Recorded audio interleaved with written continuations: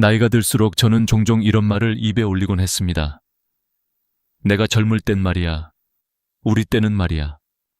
어느 날은 손주와 밥을 먹다가도, 어느 날은 지인들과 모임에 나갔다가도 자연스럽게 과거 이야기가 튀어나왔습니다. 처음엔 다들 웃으며 들어줍니다. 그땐 그랬죠. 맞아요. 하지만 시간이 조금만 지나도 상대의 표정이 달라지는 걸 저는 몇 번이나 보았습니다. 눈빛이 살짝 흐려지고 웃음은 억지로 유지되고 대화는 점점 짧아졌습니다. 그러다 결국엔 자리를 피하거나 시선을 돌리곤 했습니다. 그때서야 깨달았습니다. 내가 꺼낸 이야기가 누군가에게는 추억이 아니라 벽이었구나. 과거가 길어질수록 현재가 줄어들고 과거에 머무는 순간 나는 오래된 사람이 되는구나. 사람은 누구나 자기 시대를 자랑하고 싶은 마음이 있습니다. 나 역시 그랬습니다. 전쟁도 겪고 가난도 버티고 치열하게 일하며 살아온 세월을 누군가에게 인정받고 싶었습니다. 하지만 어느 날 한 손주가 이렇게 말했습니다. 할아버지, 옛날 얘기도 좋지만 지금 이야기도 듣고 싶어요. 그 말이 제 마음속에 깊게 박혔습니다. 나는 지금의 삶을 얼마나 살고 있었나. 젊은 날의 추억만 붙들고 내가 살아가는 시대를 놓치며 살고 있었던 건 아닐까. 과거에 갇힌 사람은 늙어 보이고 현재를 사는 사람은 젊어 보인다는 말이 있습니다. 저는 그 말의 뜻을 늦게야 이해했습니다. 과거는 아름다울 수 있지만 그곳에 머무르는 순간 나는 더 이상 앞으로 나아가지 못했습니다. 그러면서 저는 스스로에게 질문을 던졌습니다. 왜 사람들은 과거 얘기를 싫어할까? 답은 생각보다 단순했습니다. 과거는 나에게 의미 있지만 상대에게는 그렇지 않을 수 있다는 겁니다. 특히 젊은 사람들에게 과거는 익숙함이 아닌 부담일 수 있습니다. 손주는 스마트폰으로 공부하고 딸과 아들은 지금의 경제 속도를 따라가고 세상은 예전과는 완전히 다른 방식으로 흘러갑니다. 그런데 내가 우리가 맞다, 예전이 맞다고 고집하는 순간 대화는 즉시 현재에서 끊어집니다. 그 끊어짐이 쌓이면 서로의 마음도 멀어지게 됩니다. 결국 과거는 내가 붙들고 있는 동안 현재를 잃게 만드는 그림자가 되었습니다. 저는 어느 날 우연히 들은 말 한마디에서 큰 깨달음을 얻었습니다. 과거는 추억으로 남기면 빛나지만 삶의 중심이 되면 짐이 된다. 정말 그렇습니다. 과거를 이야기하는 건 나쁜 일이 아닙니다. 하지만 과거에 갇히는 것은 관계를 닫아버리고 마음을 무겁게 만듭니다. 그래서 저는 조금씩 연습하기 시작했습니다. 과거가 떠올라도 굳이 꺼내지 않기, 옛날 방식이 떠올라도 지금 방식을 먼저 이해하려고 하기, 그리고 무엇보다 지금 이 순간을 보기. 처음에는 쉽지 않았습니다. 익숙한 방식이 언제나 편하니까요. 하지만 변화는 작은 결심 하나에서 시작되었습니다. 우선 저는 요즘 세상을 인정하는 연습을 했습니다. 기술이 빨리 변하고 사람들의 생각이 달라지고 문화가 새로운 형태로 바뀌고 있다는 사실을 받아들이기로 했습니다. 처음엔 스마트폰으로 모든 걸 해결하는 손주가 이해되지 않았지만 나중에는 그 방식이 그 아이의 시대라는 걸 인정했습니다. 그 인정을 하고 나니 제 마음도 한결 가벼워졌습니다. 세상이 달라진 게 잘못이 아니라 자연스러운 변화라는 걸 깨닫게 된 것입니다. 변화를 인정하자 관계도 자연스럽게 부드러워졌습니다. 손주의 이야기를 더 듣게 되었고 아이들과 대화도 더 편안해졌고 무엇보다 대화를 할 때 서로 웃는 시간이 훨씬 많아졌습니다. 그 다음 저는 오늘의 작은 기쁨을 발견하는 연습을 했습니다. 예전에는 아무 느낌 없던 햇살, 동네에 핀 작은 꽃, 카페에서 들려오는 잔잔한 음악 같은 것들이 어느 순간 제 눈에 들어오기 시작했습니다. 지금의 나를 살게 해주는 것은 거창한 일이 아니라 이런 작은 순간들이었습니다. 과거의 영광이나 아쉬움에 매달릴 이유가 없었습니다. 오늘의 따뜻함이 바로 내가 살아있다는 증거였습니다. 오늘을 제대로 보면 굳이 과거에 머물 필요가 없었습니다. 마지막으로 저는 미래를 준비한다는 것이 무엇인지 다시 생각하게 되었습니다. 나이가 들었다고 새로운 것에 도전하지 말라는 법은 없습니다. 작은 취미 하나라도 배우고 싶은 게 있다면 해보는 것. 새로운 길이 두렵더라도 발을 내디뎌 보는 것. 그것이 바로 미래를 여는 첫걸음이라는 걸 깨달았습니다. 과거가 나를 만들었지만 앞으로의 삶을 결정하는 것은 결국 오늘의 나였습니다. 그래서 저는 지금도 제 스스로에게 이렇게 말합니다. 과거는 내 삶의 일부일 뿐 전부는 아니다. 추억은 따뜻한 불빛처럼 남아있지만 저는 이제 그 불빛을 뒤에서 바라보고 앞으로 걸어가기로 했습니다. 나이가 들어 보이는 건 주름 때문이 아니라 마음이 과거에 갇혀 있기 때문이라는 걸 저는 아주 늦게 깨달았습니다. 하지만 늦게 깨달아도 상관없습니다. 지금 행동하면 되는 것이니까요. 오늘부터 저는 과거를 꺼낼 때마다 이렇게 되묻습니다. 지금 이 순간을 살아가고 있는가? 이 질문이 저를 현재로 끌어내고 다시 나답게 살아가게 만들었습니다. 나이가 들수록 저는 입가에 가장 먼저 올라오는 말이 무엇인지 스스로에게 물어본 적이 있습니다. 놀랍게도 그것은 감사나 기쁨이 아니라 왜 이렇게 몸이 아프지? 요즘 세상은 왜 이 모양이냐? 애들은 왜 이렇게 연락이 없을까? 같은 불평과 원망의 말이었습니다. 처음엔 그것이 그냥 자연스러운 한숨이라고 생각했습니다. 하지만 어느 날 문득 제 곁에 사람들이 점점 줄어들고 있다는 걸 깨달았습니다. 누군가와 만나면 대화의 시작이 늘 몸의 통증 이야기였고, 식사를 하면 음식값이 올랐다는 불평이 따라붙고, 가족이 찾아오면 왜 늦었느냐는 원망부터 나왔습니다. 저는 그때까지 몰랐습니다. 내 입에서 나오는 그 작은 말들 하나하나가 사람들의 마음을 조금씩 밀어내고 있었다는 사실을. 어느 날 딸이 조심스럽게 말했습니다. 아빠 얼굴 보면 좋은데 자꾸 불평만 들려서 마음이 좀 무거워져. 그 말이 제 가슴을 찌르듯 들어왔습니다. 딸이 나를 피하려고 하는 게 아니라 나와의 만남이 기쁨이 아니라 부담이 되어가고 있었던 겁니다. 그동안 저는 몸이 아프다는 이유로, 나이가 들었다는 이유로, 세상이 변했다는 이유로 불만을 입 밖에 꺼내는 것이 당연하다고 생각했습니다. 하지만 불평은 나에게만 쌓이는 게 아니었습니다. 내가 만나는 모든 사람의 마음에도 조금씩 내려앉아 결국 관계를 어둡게 만들고 있었습니다. 한 친구가 이런 이야기를 했습니다. 불평은 처음엔 동정이 되고, 두 번째는 안타까움이 되고, 세 번째부터는 피하고 싶은 이야기가 돼. 이 말은 정말 사실이었습니다. 처음엔 누구라도 위로합니다. 많이 힘들었겠다. 요즘 많이 아프신가 봐요.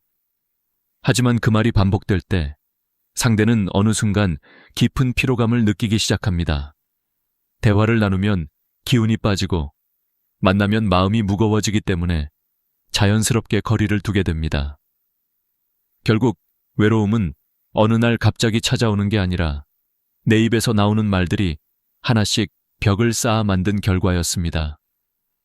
물론 불편함을 이야기하는 것이 잘못이라는 건 아닙니다. 누구나 아프고 누구나 걱정이 있고 누구나 하소연할 때가 있습니다. 하지만 문제는 불평만 남아있을 때입니다. 감정은 전달되는 법입니다. 내가 어둡게 말하면 상대의 마음도 어두워지고, 내가 계속 힘들다는 말을 반복하면 상대는 결국 힘들어집니다. 그래서 저는 내 마음을 정직하게 들여다보기로 했습니다. 나는 왜 이렇게 불평이 많아졌을까? 스스로에게 묻자 놀랍게도 그 밑바탕에는 두려움과 불안이 자리하고 있었습니다. 몸이 예전 같지 않은 것에 대한 두려움, 세상이 너무 빨리 변해 따라가지 못할 것 같은 불안, 자식에게 짐이 될까 두려운 마음, 그 감정들을 숨기기 위해 나는 불평이라는 옷을 입히고 있었던 겁니다. 그 사실을 깨닫고 난 뒤 저는 조금 다른 선택을 해보았습니다. 아픈 이야기를 할 때에도 한마디를 덧붙이기 시작했습니다. 허리가 아파서 힘들었는데 그래도 네 얼굴 보니까 살겠네. 그 한 문장이 분위기를 완전히 바꿨습니다. 딸은 미소를 지었고 손주는 제 손을 잡으며 할아버지 빨리 좋아지면 좋겠다고 말했습니다. 불평이 관계를 멀어지게 한다면 감사는 관계를 다시 붙여주는 끈이 된다는 걸 저는 그 경험을 통해 알게 되었습니다. 제가 만난 한 노신사는 항상 이렇게 말했습니다. 원망은 내 얼굴을 늙게 만들고 감사는 내 마음을 젊게 만든다. 처음엔 그 말이 단순한 좋은 말이라고 생각했지만 지금은 그 의미를 누구보다도 깊이 이해합니다. 원망은 깊어질수록 눈빛을 흐리게 만들고 목소리를 낮게 만들고 사람을 무겁게 만듭니다.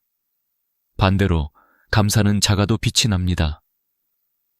오늘 누군가와 함께 밥을 먹을 수 있었던 것, 나를 찾아와준 가족이 있다는 것, 잠시라도 웃을 수 있는 순간이 있다는 것, 이런 작은 감사를 말하는 순간 사람들의 표정이 따뜻해지고 마음이 부드러워졌습니다. 그래서 저는 작은 실천을 스스로에게 약속했습니다. 하루에 한 번, 누구에게든 감사의 말을 전하기, 전화를 끊기 전에 고마워, 식사를 마치고 오늘 와줘서 좋았다, 손주에게 네가 있어서 참 기쁘다. 그 한 문장이 관계를 단단하게 만들고 제 마음도 밝아지게 만들었습니다. 불평이 나오는 순간 저는 잠시 멈춰서 스스로에게 묻습니다. 지금 이 말이 나를 밝게 하는가? 아니면 어둡게 하는가? 그 질문 하나가 제 하루를 조금씩 바꿔놓았습니다. 불평은 습관입니다. 하지만 감사도 습관이 될 수 있습니다. 한 번의 감사가 내 삶을 바꾸진 않지만 100번의 감사는 내 마음을 바꿉니다. 저는 이제 더 이상 세상을 원망하며 살지 않기로 했습니다. 나이가 들수록 잃는 것이 많아지는 건 사실이지만 감사할 것도 함께 많아진다는 걸 저는 뒤늦게 알았습니다. 그리고 그 깨달음은 제 노년을 다시 따뜻하게 만들었습니다.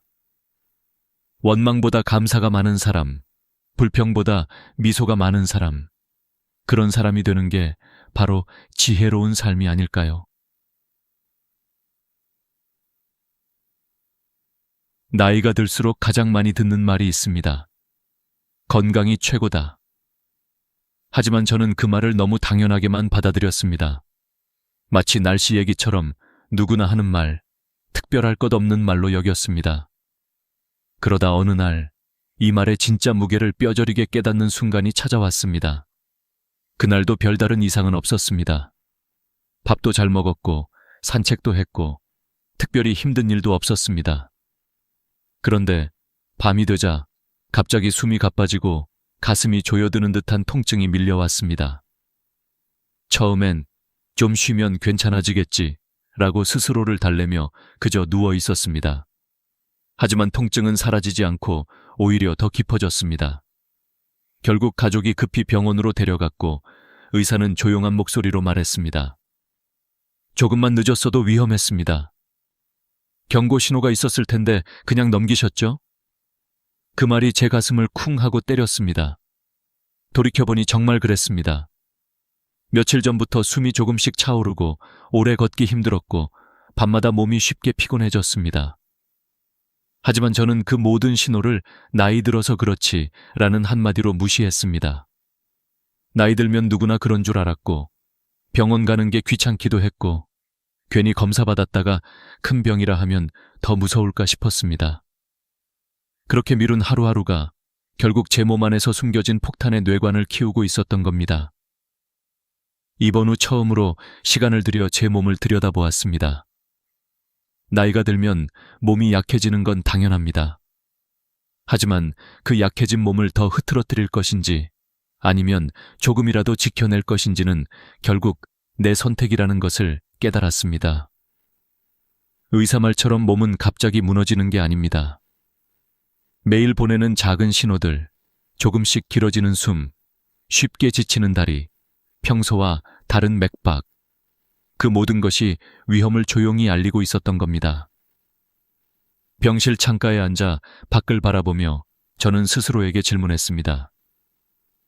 지금까지 나는 내 몸을 어떻게 대했을까? 답은 부끄럽기만 했습니다.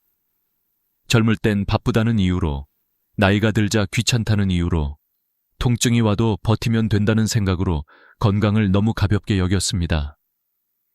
그런데 아이러니하게도 나이가 들면 들수록 건강은 옵션이 아니라 생명줄이 됩니다. 오늘은 괜찮아 보여도 내일의 보장을 주지 않는 것이 바로 노년의 몸입니다. 이번 기간 동안 저는 여러 환자들과 이야기를 나누었습니다. 어떤 어르신은 이렇게 말했습니다. 내가 젊을 때는 돈 벌려다가 몸을 버렸고 늙어서 몸이 망가지니 돈이 있어도 소용이 없더라. 또 다른 할머니는 말했습니다. 병원 와서야 알았지. 몸이 아프면 모든 게 멈춘다는 걸. 우리 모두 늦게 깨닫는 것뿐이지 진실은 늘 같았습니다. 돈은 다시 모을 수 있어도 잃은 건강은 쉽지 않다는 것. 그래서 저는 제가 바꿀 수 있는 것부터 하나씩 실천하기로 했습니다. 첫째, 정기검진을 거르지 않기로 했습니다. 검진은 내 몸을 들여다보는 창문입니다. 아프기 전에 발견하면 살 수 있지만 아프고 나서야 찾으면 이미 늦는 경우가 많습니다. 둘째, 운동을 멈추지 않기로 결심했습니다. 운동이라는 단어가 거창하게 들릴 필요는 없습니다. 빠르게 걸을 필요도 무거운 것을 들 필요도 없습니다. 하루 20분만이라도 꾸준히 걸으면 혈류가 달라지고 관절이 열리고 마음이 밝아집니다. 셋째, 식습관을 바로잡기로 했습니다. 늦은 밤에 먹던 간식, 스트레스 받으면 손이 가던 단 음식들, 그 모든 게 쌓여 내 몸을 천천히 망가뜨리고 있었다는 걸 깨달았습니다. 이제는 조금 덜 먹고 조금 더 천천히 먹고 물을 자주 마시는 것만으로도 몸이 가벼워지는 것이 느껴졌습니다. 넷째, 수면을 소중히 하기로 했습니다. 나이 들면 잠이 줄어드는 건 사실입니다. 하지만 없는 잠을 억지로 미루면 몸이 더 빨리 상합니다. 몸이 피곤해지면 마음도 불안해지고 면역도 떨어지고 병이 스며들기 좋은 틈이 생깁니다. 그래서 저는 잠을 시간 낭비가 아니라 생명 유지라고 생각하기로 했습니다. 병원에서 퇴원하던 날 의사가 마지막으로 한 말이 오래 기억에 남습니다. 건강은 젊을 때보다 나이 든 뒤가 더 중요합니다. 왜냐하면 젊을 땐 다시 일어설 힘이 있지만 나이가 들면 한 번의 실수가 회복되지 않기 때문입니다. 그 말은 제 삶을 완전히 바꿔놓았습니다. 지금의 저는 건강을 언젠가 챙길 것이 아니라 오늘 반드시 지켜야 할 것이라고 생각합니다. 왜냐하면 건강은 나의 마지막 삶을 지탱해줄 유일한 기둥이기 때문입니다. 그리고 저는 깨달았습니다. 건강을 챙기는 건 늦은 게 아닙니다. 지금 깨달았으면 지금부터 잘 살면 됩니다.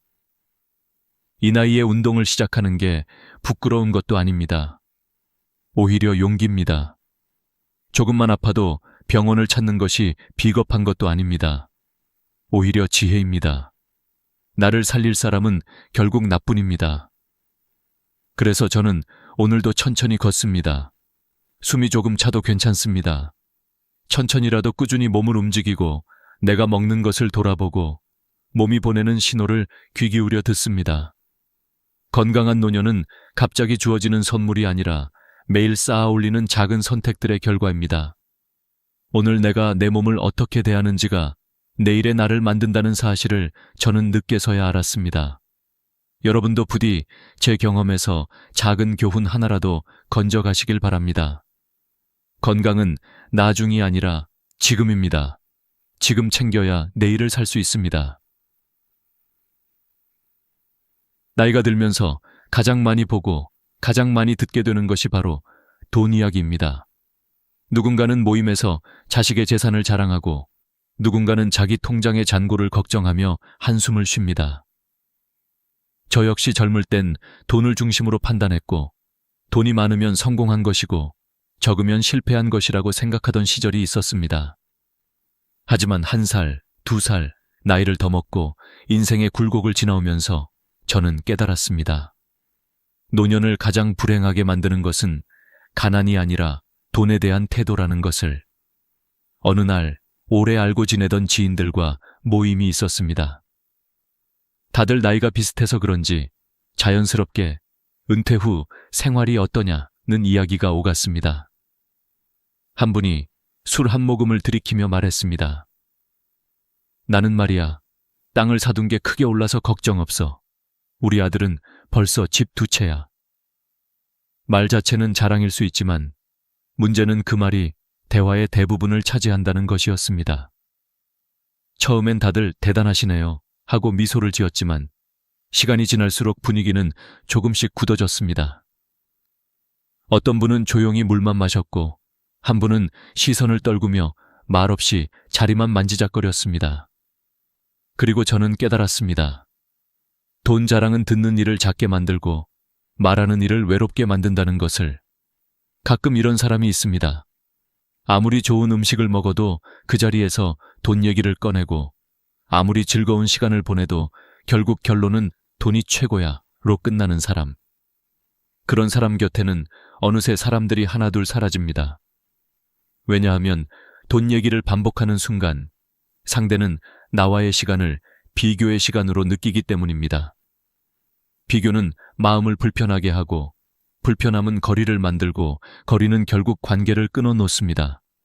그런데 반대로 돈이 적어서 집착하는 사람도 있습니다. 나는 돈 없어서 아무것도 못해. 돈이 인생의 전부야. 이 말을 입에 달고 살면 어느 순간 마음이 너무 좁아집니다. 계산이 습관이 되고 의심이 눈빛을 채우고 돈의 크기가 사람의 진심보다 더 중요해집니다. 그 결과는 어떨까요? 돈은 조금 지켜질지 몰라도 사람은 잃게 됩니다. 관계는 약해지고 마음은 더 가난해지고 결국 혼자 남게 됩니다. 저는 언젠가 한 노신사에게 중요한 이야기를 들은 적이 있습니다. 그분은 젊었을 때 돈을 벌려고 인간관계를 놓쳤고 나이가 들어선 돈을 지키느라 사람을 더 잃었다고 말했습니다. 그리고 마지막으로 이렇게 말했습니다. 돈은 잃어도 다시 벌 수 있어. 하지만 사람은 잃으면 되돌릴 수 없어. 그 말을 들은 저는 한동안 말문이 막혔습니다. 왜냐하면 그 말이 너무도 진실했기 때문입니다. 노년의 가장 큰 자산은 통장 잔고가 아니라 내 곁에 끝까지 남아있는 사람이 몇 명이냐입니다. 같이 밥을 먹어줄 사람, 병원에 함께 가줄 사람, 그냥 옆에 앉아 있어줄 사람. 이들이 바로 진짜 재산입니다. 그렇다면 어떻게 해야 할까요? 저는 스스로 몇 가지를 정리해 보기로 했습니다. 첫째, 돈을 자랑하지 않기. 자랑은 나를 크게 만들지 않고 오히려 작게 만듭니다. 듣는 사람의 마음을 불편하게 만들고 그 불편함이 쌓이면 결국 관계가 느슨해집니다. 둘째, 돈에 집착하지 않기. 돈을 너무 잡고 있으면 마음이 딱딱해지고 사람을 잃게 됩니다. 돈은 필요하지만 인생의 전부가 되어서는 안 됩니다. 밥 한 끼의 가격을 따지기보다 그 밥을 함께 먹는 사람이 누구인지가 더 중요합니다. 셋째, 돈이 아닌 신뢰를 쌓기. 돈은 시간이 지나면 가치가 변하지만 신뢰는 쌓일수록 단단해지고 더 큰 가치를 만들어냅니다. 나를 기억하고 나를 필요로 하고 나를 소중히 여기는 사람들. 이들을 지키는 것이야말로 노년의 가장 값진 투자입니다. 어느 날 저는 제 자녀에게 이렇게 말했습니다. 내 가진 돈보다 내 곁에 있는 사람이 더 고맙다. 그 말이 진심이었습니다. 돈은 나를 먹여 살릴지 몰라도 사람은 나를 살아있게 해줍니다. 돈은 편함을 주지만 사람은 따뜻함을 줍니다.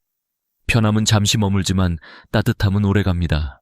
노년의 삶을 돌아보면 결국 남는 건 돈이 아니라 관계의 온도입니다. 따뜻한 관계는 나를 젊게 만들고 나를 웃게 만들고 나를 살게 합니다. 그래서 저는 이제 돈 이야기를 줄이고 고마운 이야기, 따뜻한 이야기, 즐거운 이야기를 더 많이 하려고 합니다. 왜냐하면 저는 깨달았습니다. 돈은 나눌수록 줄어들고 사람은 나눌수록 많아진다는 것. 이제는 돈이 아니라 마음을 중심에 두고 살아가고 싶습니다. 내가 남기는 마지막 기억이 숫자가 아닌 따뜻함이길 바라면서 말입니다. 나이가 들수록 자연스럽게 마음이 자식에게로 향합니다. 어릴 때는 먹이고 입히고 키우느라 하루가 어떻게 지나가는지도 몰랐고 성인이 된 뒤에는 그저 잘 살고 있는지 걱정이 됐습니다. 그래서일까요? 나도 모르게 자식에게 조언을 넘어서 간섭을 하게 되는 순간이 많아졌습니다. 그 마음의 출발은 언제나 사랑이었지만 어느 순간부터 저는 깨달았습니다. 부모의 사랑이 간섭으로 변하는 순간 자식의 마음은 다친다는 것을. 어느 날 딸과 통화를 하다가 서로의 감정이 상하는 일이 있었습니다. 저는 그저 걱정되는 마음으로 그 직장은 너무 힘들지 않겠냐, 그런 사람과 결혼하면 고생할 수도 있다 라고 말했을 뿐이었습니다. 그런데 딸은 한숨을 쉬며 말했습니다. 엄마, 내가 선택할 수 있게 좀 해줘. 그 말이 처음엔 무척 서운했습니다. 나는 평생 너만 생각하며 살았는데 어떻게 그런 말을 할 수 있나 싶었습니다. 하지만 전화를 끊고 한참을 생각해보니 딸의 말이 틀린 말은 아니었습니다. 우리는 부모라는 이름으로 자식의 인생을 걱정하지만 자식에게는 그 걱정이 때로는 간섭, 때로는 부담, 때로는 압박으로 다가갑니다. 부모는 돕는다고 했지만 자식은 통제받는다고 느낄 때가 많습니다. 저는 그때 처음으로 과거를 돌아보았습니다. 제가 젊었을 때 어떤 사람이었을까? 저도 누군가 내 인생에 간섭하면 숨이 막혔고 선택을 대신하려 들면 억울했습니다. 그런데 나이가 들자 제가 바로 그 모습을 자식에게 보여주고 있었던 겁니다. 어느 날 한 지인이 이런 이야기를 해주었습니다. 부모가 모든 걸 해줄 때는 편하지만 결국 자식은 약해진다. 처음엔 마음에 걸리는 말이었지만 시간이 흐를수록 더 깊이 이해하게 되었습니다. 진짜 사랑은 자식을 편하게 만드는 게 아니라 단단하게 만드는 것이라는 말이었습니다. 그렇다고 해서 자식을 완전히 혼자 두라는 말은 아닙니다. 부모는 언제나 가장 든든한 울타리이고 자식에게 마지막까지 남아있는 안전한 공간입니다. 하지만 그 울타리가 담장이 되어 자식을 가두면 안 됩니다. 울타리는 보호해야 하고 담장은 막아서는 안 됩니다. 이 차이를 아는 것이 바로 나이든 부모가 가져야 할 지혜입니다. 저는 그때부터 자식에게 말을 건넬 때 항상 마음속으로 한 가지를 확인합니다. 이 말이 자식을 돕는 말인가, 묶는 말인가. 그러고 나서야 비로소 입을 열도록 노력합니다. 한 번은 아들이 새로운 도전을 하겠다며 회사를 그만두겠다고 말했습니다. 예전 같았으면 지금 경제가 어떤데? 안정적인 직장 놓치면 후회한다 하며 말렸을 겁니다. 하지만 이번에는 다르게 말했습니다. 네가 하고 싶은 길이면 나는 네 편이야. 다만 위험을 잘 생각하고 준비만 해라. 그 말에 아들은 잠시 눈시울을 붉히며 말했습니다. 엄마가 그렇게 말해준 건 처음이에요. 그 순간 저는 깨달았습니다. 자식은 충고가 필요한 것이 아니라 지지가 필요한 거였다는 것을. 자식의 인생은 자식이 살아야 합니다. 우리는 방향을 보여주는 나침반은 될 수 있지만 대신 걸어줄 수는 없습니다. 대신 걸어주려 하면 결국 그 아이는 자기 다리로 설 기회를 잃습니다. 또 하나 중요한 것이 있습니다. 부모가 너무 깊이 개입하면 자식은 어느 순간 숨기기 시작합니다. 내가 말하면 잔소리할까봐, 내가 말하면 걱정할까봐, 내가 말하면 상처받을까봐. 이렇게 마음이 다치기 시작하면 대화가 줄어들고, 대화가 줄어들면 관계도 점점 멀어집니다. 그래서 간섭을 줄인다는 건 자식을 방치하는 것이 아니라 오히려 더 깊은 신뢰를 쌓는 과정입니다. 지나치게 개입하지 않는다는 것은 손을 떼는 것이 아니라 손을 펼쳐 넓게 감싸주고 필요한 순간에만 젠틀리 잡아주는 것입니다. 저는 이제야 조금씩 배워가고 있습니다. 내가 걱정할수록 자식의 날개는 작아지고 내가 믿어줄수록 자식의 날개는 커진다는 것을. 부모의 사랑은 자식을 묶어두는 끈이 아니라 날아오르게 만드는 바람이어야 합니다. 뛰어오르기가 두려울 때 살짝 밀어주는 바람, 넘어졌을 때 뒤에서 조용히 받쳐주는 바람, 그리고 아주 멀리 떠나도 여전히 따뜻함을 잃지 않는 바람. 저는 이제 이렇게 믿습니다. 지혜로운 부모란 자식의 길을 대신 걸어주지 않는 부모다. 간섭이 아닌 존중, 통제가 아닌 신뢰. 이 두 가지가 부모가 자식에게 줄 수 있는 가장 큰 선물입니다. 그리고 언젠가 자식이 제게 이렇게 말하기를 바라봅니다. 엄마는 나를 얽매지 않았어요. 그래서 내가 내 인생을 살 수 있었어요. 그 한마디면 부모로서 더 바랄 것이 없을 것 같습니다. 나이가 들면서 제가 가장 많이 되뇌는 말이 있습니다.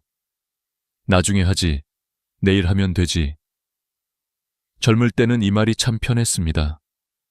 기회는 계속 올 것 같고, 내일은 반드시 찾아올 것 같고, 시간이 많다고 믿었습니다.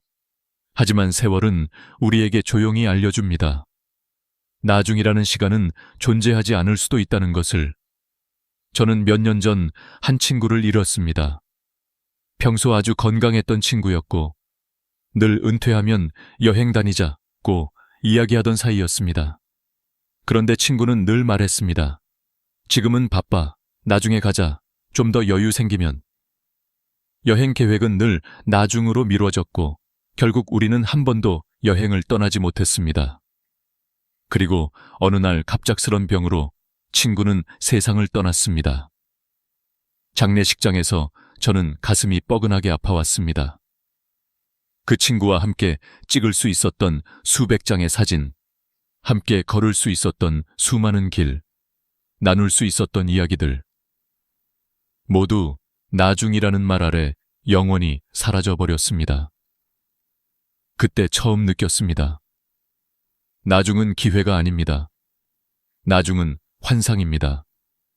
오늘만이 현실입니다. 노년기에 접어들수록 미루지 않는 삶이 얼마나 중요한지 더 깊게 느끼게 됩니다. 몸은 예전 같지 않고 체력은 금방 떨어지고 하고 싶은 일도 점점 제한됩니다.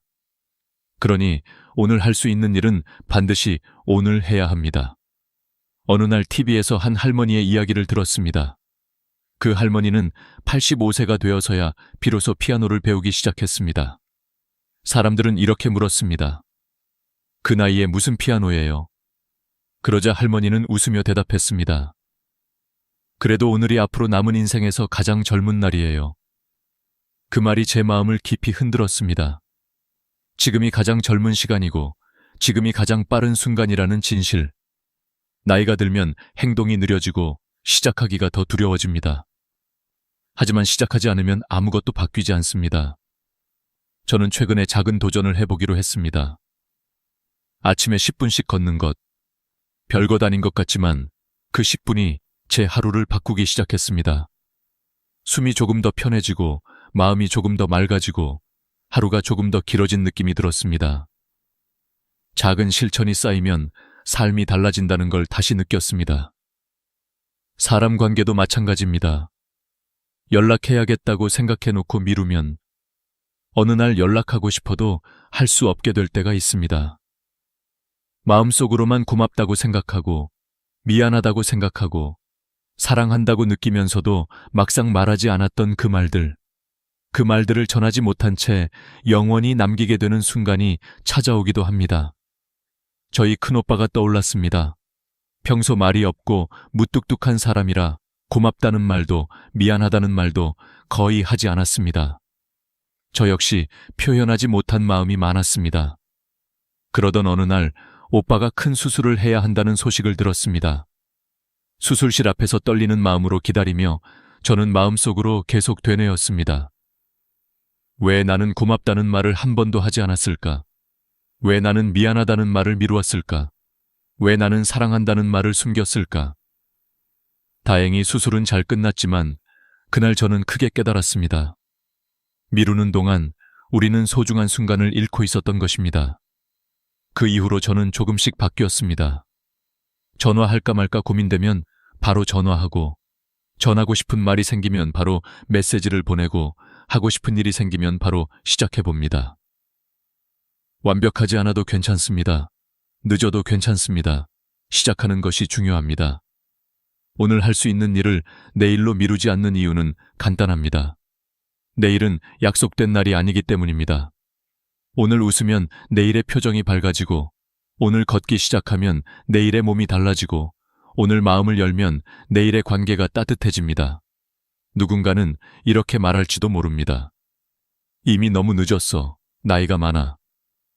하지만 아닙니다. 우리가 가진 시간에서 가장 젊은 날은 언제나 오늘입니다.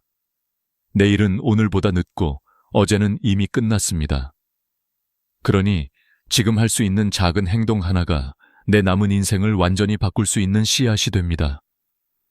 저는 이제 더 이상 인생을 미루고 싶지 않습니다. 남은 시간이 얼마나 될지 모르지만 그 시간과 맞바꿀 수 있는 소중한 것들이 너무 많다는 걸 알았기 때문입니다. 오늘 할 수 있는 것은 오늘 하고, 오늘 표현할 수 있는 말은 오늘 하고, 오늘 시작할 수 있는 삶은 오늘 시작하겠습니다. 이것이 제가 얻은 마지막 지혜입니다. 행복한 노년은 무언가를 더하는 것보다 오늘을 붙잡는 데서 온다는 것. 오늘을 잡으면 내일이 밝아지고, 오늘을 놓치면 내일은 비어버립니다. 여러분도 부디 오늘을 놓치지 마시길 바랍니다. 오늘의 작은 선택이 내일을 바꾸고, 오늘의 실천이 남은 인생을 더 따뜻하게 만들어줄 것입니다. 지금까지 긴 이야기 함께 해주셔서 진심으로 감사드립니다. 내용이 조금이라도 마음에 와닿았다면 구독과 좋아요 부탁드립니다. 여러분의 황금빛 노년을 진심으로 응원합니다. 다음 영상에서 더 좋은 이야기로 찾아뵙겠습니다. 사람의 이미지는 단 3초 만에 결정된다는 말, 여러분도 한 번쯤 들어보셨을 겁니다. 그런데 나이가 들수록 이 3초의 무게는 훨씬 더 커집니다. 젊을 땐 실수해도 다시 설명할 기회가 있고, 어색해도 유머로 넘길 수 있고, 말이 서툴러도 아직 어려서 그래 같은 변명이 허락되죠. 하지만 50, 60, 70이 넘으면 세상은 더 이상 기다려주지 않습니다. 첫 눈빛, 첫 걸음, 그리고 입 밖으로 처음 튀어나오는 한 문장. 이 세 가지가 우리가 어떤 사람으로 기억될지를 거의 결정합니다. 그래서 더 무섭고 더 중요해지는 순간이 바로 이 첫 마디입니다. 많은 분들이 이런 이야기를 털어놓습니다. 예전엔 내가 말하면 귀 기울여 주던 사람들이 요즘은 그냥 흘려듣는 것 같아요. 가족들에게 말할 때도 반응이 예전 같지가 않아요. 후배들은 대답은 하지만 눈을 마주치지 않아요. 나이가 들수록 말의 무게가 떨어지는 것 같은 서운함, 씁쓸함, 그리고 어쩐지 존중이 사라진 듯한 느낌. 사실 이런 감정은 누구나 겪지만 그 원인을 아는 사람은 많지 않습니다. 사람들은 말투가 어색해서 듣지 않는 게 아닙니다. 나이가 많아서 무시하는 것도 아닙니다. 진짜 이유는 첫 3초에 마음이 열리지 않았기 때문입니다. 즉, 상대가 마음의 문을 닫은 채로 듣기 시작하면 그 어떤 좋은 말도 심장까지 닿을 수 없습니다. 그래서 첫 마디는 단순한 인사가 아니라 상대의 마음을 여는 열쇠입니다. 특히 요즘 시대는 예전과 다릅니다. 사람들이 바쁘고 스마트폰에 익숙하고 말에 쉽게 피로감을 느낍니다. 듣는 에너지가 점점 줄어들고 있기 때문에 첫 마디에서 마음을 움직이지 않으면 대화 전체가 의미를 잃어버립니다. 예를 들면 손주와 이야기할 때도 그렇습니다. 할머니가 뭔가 말하려고 하면 아이들은 이미 스마트폰을 보고 있고, 아들이나 며느리에게 조심스레 조언을 건네도 네, 알겠어요 하고 끝나는 경우가 많습니다. 하지만 같은 상황에서도 어떤 분들은 신기하게도 모두의 시선을 한 번에 끌어당깁니다. 눈빛이 따뜻하거나 옷차림이 단정해서만이 아닙니다. 그분들의 공통점은 단 하나, 첫 마디가 다릅니다. 첫 마디에서 이미 상대를 감싸고 높이고 귀하게 다루는 태도가 묻어나오기 때문에 상대의 귀가 자연스럽게 열립니다. 실제로 심리학 연구에서도 첫 3초의 상대가 경계할지 받아들일지를 판단한다고 밝혀졌습니다. 표정과 목소리 톤, 그리고 첫 문장의 뉘앙스가 이 판단을 거의 80% 이상 좌우한다고 합니다. 오래 살아온 지혜와 경험이 많은 어르신일수록 처음 내뱉는 말이 얼마나 큰 힘을 가지고 있는지 더 깊이 이해할 수 있습니다. 우리가 살아오며 만난 수많은 사람들, 마음이 따뜻했던 사람과 차가웠던 사람을 떠올려 보면 결국 그들을 기억하게 만든 건 아주 작은 말투, 한마디의 딱딱함과 부드러움이었습니다. 첫마디가 단단하고 딱딱하면 상대의 마음은 순식간에 다칩니다. 반대로 첫마디의 따뜻함과 존중이 담기면 그 후의 모든 말이 훨씬 더 깊게 전달됩니다. 예를 들어 필자가 직접 경험한 일이 있습니다. 어느 노신사를 만났는데 처음 뵙는 순간 그는 이렇게 말했습니다. 바쁘신데 제 이야기에 귀 기울여 주셔서 감사합니다. 그 한마디를 듣는 순간 말투가 차분하면서도 상대를 높여주려는 마음이 느껴져서 자연스럽게 호감이 생겼습니다. 대화를 오래 나누지 않아도 이분이 어떤 사람인지, 얼마나 따뜻한 마음을 가진 사람인지 단번에 알 수 있었습니다. 반대로 이런 경우도 있습니다. 처음 만난 사람이 요즘 사람들은 참 이기적이야.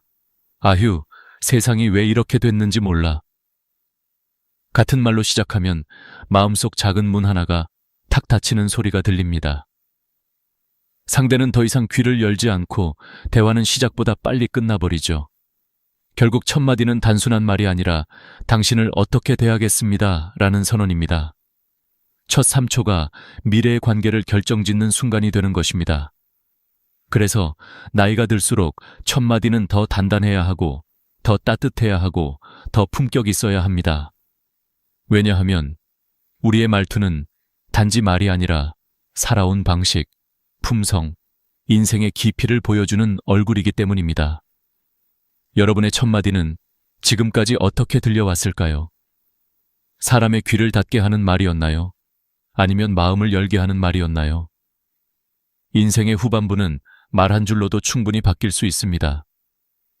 첫마디가 바뀌면 대화가 바뀌고, 대화가 바뀌면 관계가 바뀌고, 관계가 바뀌면 삶 전체가 달라집니다. 그 변화의 시작이 바로 이 첫 3초입니다. 그리고 이 3초를 완전히 뒤집어 놓을 수 있는 한 문장은 다음 장에서 다루게 될 이야기입니다.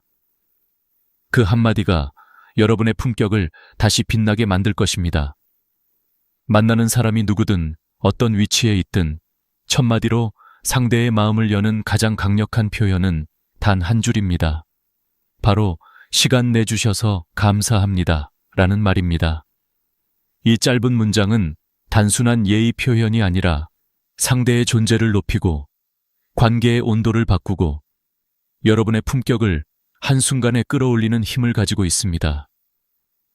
많은 분들이 이 말을 처음 들으면 이렇게 말합니다. 그 정도 말이 무슨 큰 차이를 만들어. 하지만 실제로 이 말을 자주 사용하는 분들은 어디를 가든 사람들에게 따뜻하게 기억되고 대화의 분위기가 훨씬 부드럽고 편안해지는 경험을 자주 합니다. 왜냐하면 이 말은 누구나 알고 있지만 거의 아무도 먼저 말하지 않는 표현이기 때문입니다. 대부분의 사람들은 인사를 할 때 안녕하세요, 잘 지내셨어요 정도로 시작합니다. 물론 나쁜 말은 아니지만 상대에게 특별함을 남기기엔 약합니다. 그러나 시간 내주셔서 감사합니다 라고 말하는 순간 상대의 표정이 살짝 바뀌는 걸 느낄 수 있습니다. 그 표정에는 나를 귀하게 대해주는구나 라는 감정이 담겨 있습니다. 사람은 누구나 자신이 소중하게 여겨지고 싶어 합니다. 특히 중년 이후에는 관계에서의 인정과 존중이 무엇보다 큰 힘을 발휘합니다. 이 한 문장을 쓰기 시작하면 여러분의 말투는 이미 절반 이상 품격을 얻습니다. 이 표현이 가진 첫 번째 힘은 상대를 높여주는 태도입니다. 나이가 들수록 상대를 낮추고 조언하거나 가르치려는 말투가 자연스럽게 나오기 쉽습니다. 하지만 관계를 단단하게 만드는 건 지식을 전하는 사람이 아니라 상대를 귀하게 대하는 사람입니다. 시간이라는 건 누구에게나 공평하고 가장 가치 있는 자산입니다. 그런 시간을 내어준 상대에게 진심으로 감사한다는 뜻이 전해지면 그 순간 상대의 마음에는 따뜻한 신뢰가 생깁니다. 단순히 인사를 하는 사람이 아니라 관계를 소중히 여기는 사람으로 보이게 됩니다. 두 번째 힘은 말하는 사람의 수준을 보여준다는 것입니다. 아무 말이나 툭 내뱉는 사람보다 상대의 시간을 먼저 존중하는 사람은 자연스럽게 인품이 깊게 느껴집니다. 실제로 많은 심리학 연구에서 사람이 가장 크게 감동받는 순간은 자신이 인정받았다고 느낄 때라고 말합니다. 그리고 그 인정은 복잡한 말이 아니라 당신의 시간을 귀하게 생각합니다 라는 단순한 표현에 담겨 있습니다. 나이가 들수록 사람들은 말의 화려함보다 마음의 깊이를 더 크게 봅니다. 그 깊이가 바로 이 한마디에서 드러나는 것입니다.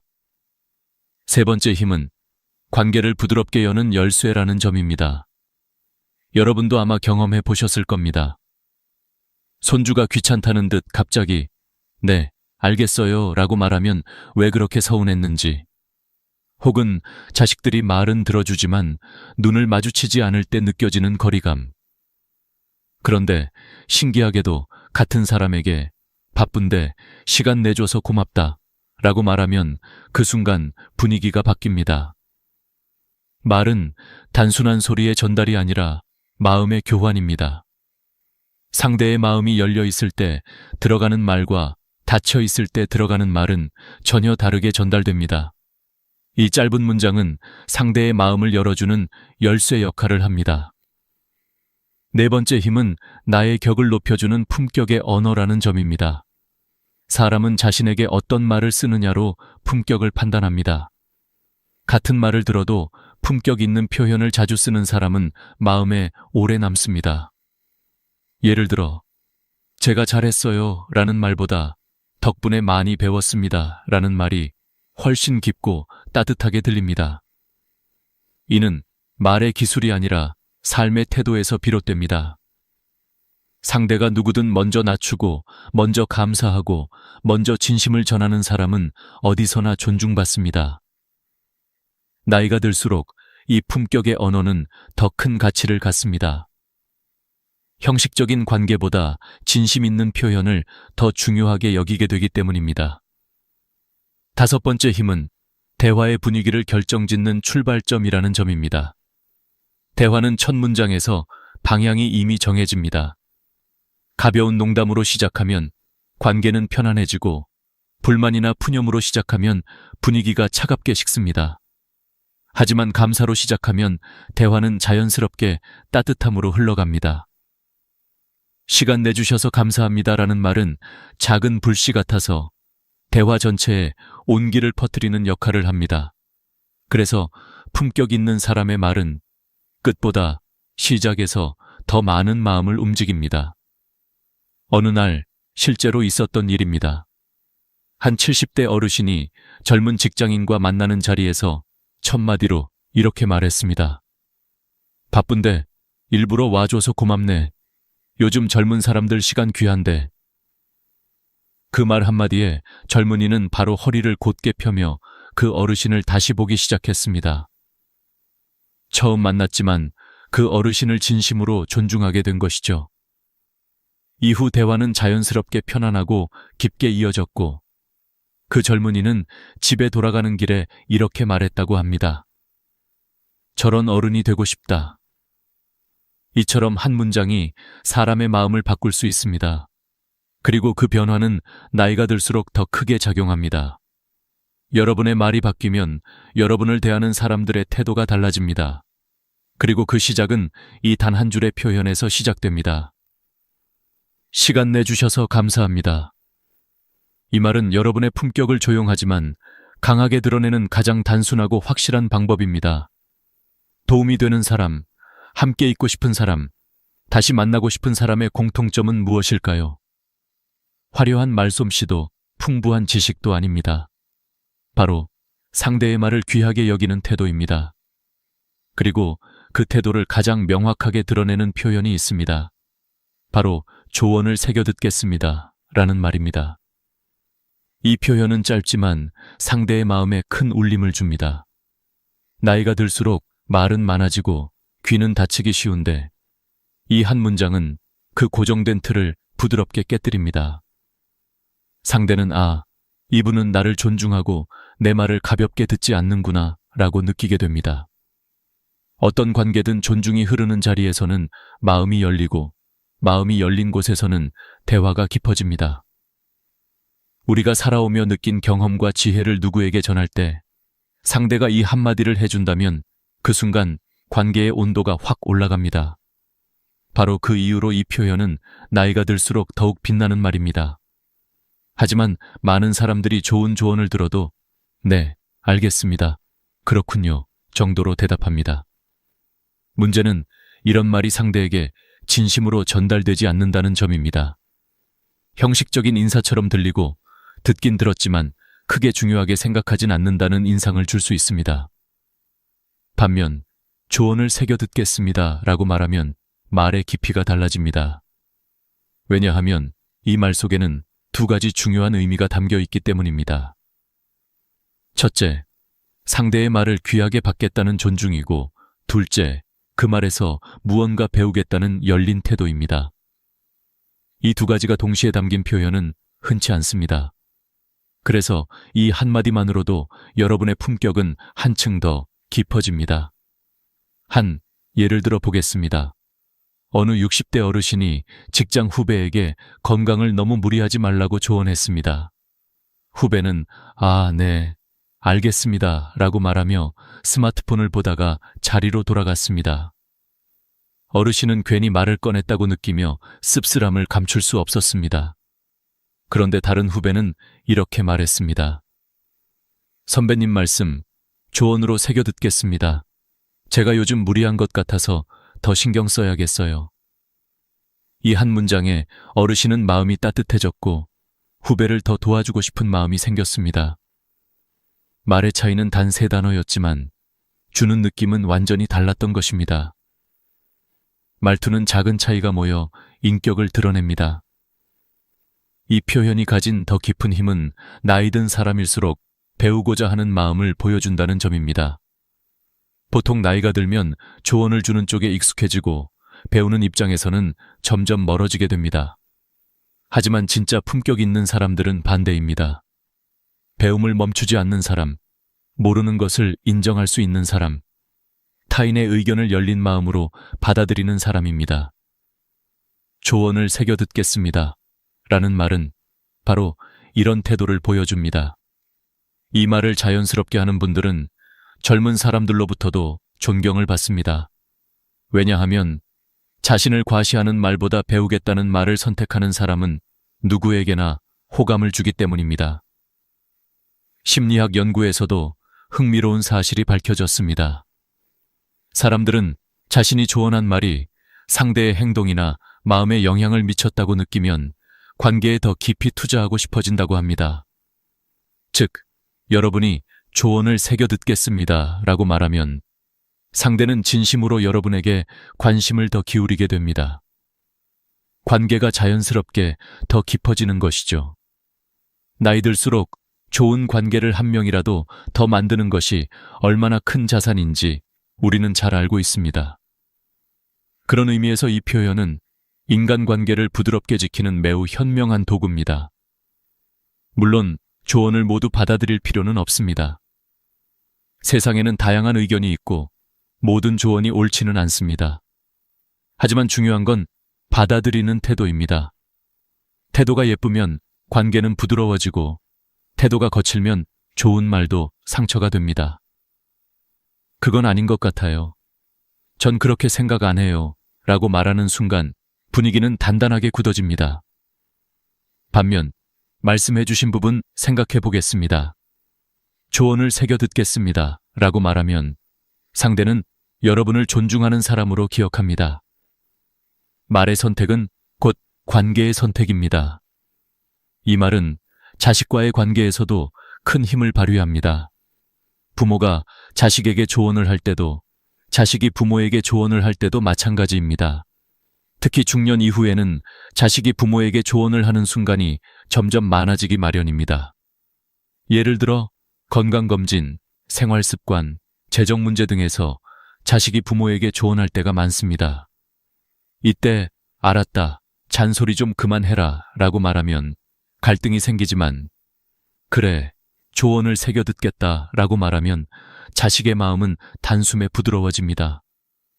나이가 들수록 자식에게 존중받고 싶은 마음은 누구나 가지고 있습니다. 그런데 역설적이게도 부모가 자식의 말을 존중할 때 자식은 부모를 더 깊이 존중하게 됩니다. 존중은 일방적인 것이 아니라 서로를 비추는 거울과 같기 때문입니다. 일상에서도 이 표현을 사용할 순간은 정말 많습니다. 병원에서 의사에게, 모임에서 지인에게, 이웃과 이야기할 때, 심지어 가족과 이야기할 때도 언제든 쓸 수 있는 말입니다. 그리고 이 말이 쌓일 때 여러분의 이미지도 함께 단단해집니다. 말투는 하루아침에 바뀌지 않지만 작은 표현 하나가 습관이 되면 그 사람 전체의 분위기가 달라집니다. 남은 인생을 더 따뜻한 관계 속에서 더 지혜로운 말투로 살아가고 싶다면 이 표현만큼 실용적이고 품격 있는 도구는 없습니다. 사람의 마음은 복잡한 것 같지만 의외로 단순합니다. 나를 존중해주는 사람을 좋아하고 내 말을 귀하게 들어주는 사람을 신뢰하고 배우려는 사람에게 호감을 느낍니다. 조언을 새겨 듣겠습니다라는 말은 이 세 가지를 동시에 충족시키는 말입니다. 그래서 나이가 들수록 이 표현은 빛을 더합니다. 여러분의 삶은 이미 많은 경험과 지혜로 풍성합니다. 그 지혜 위에 열린 태도까지 더해진다면 여러분의 말을 듣는 사람들은 자연스럽게 여러분을 다시 보게 될 것입니다.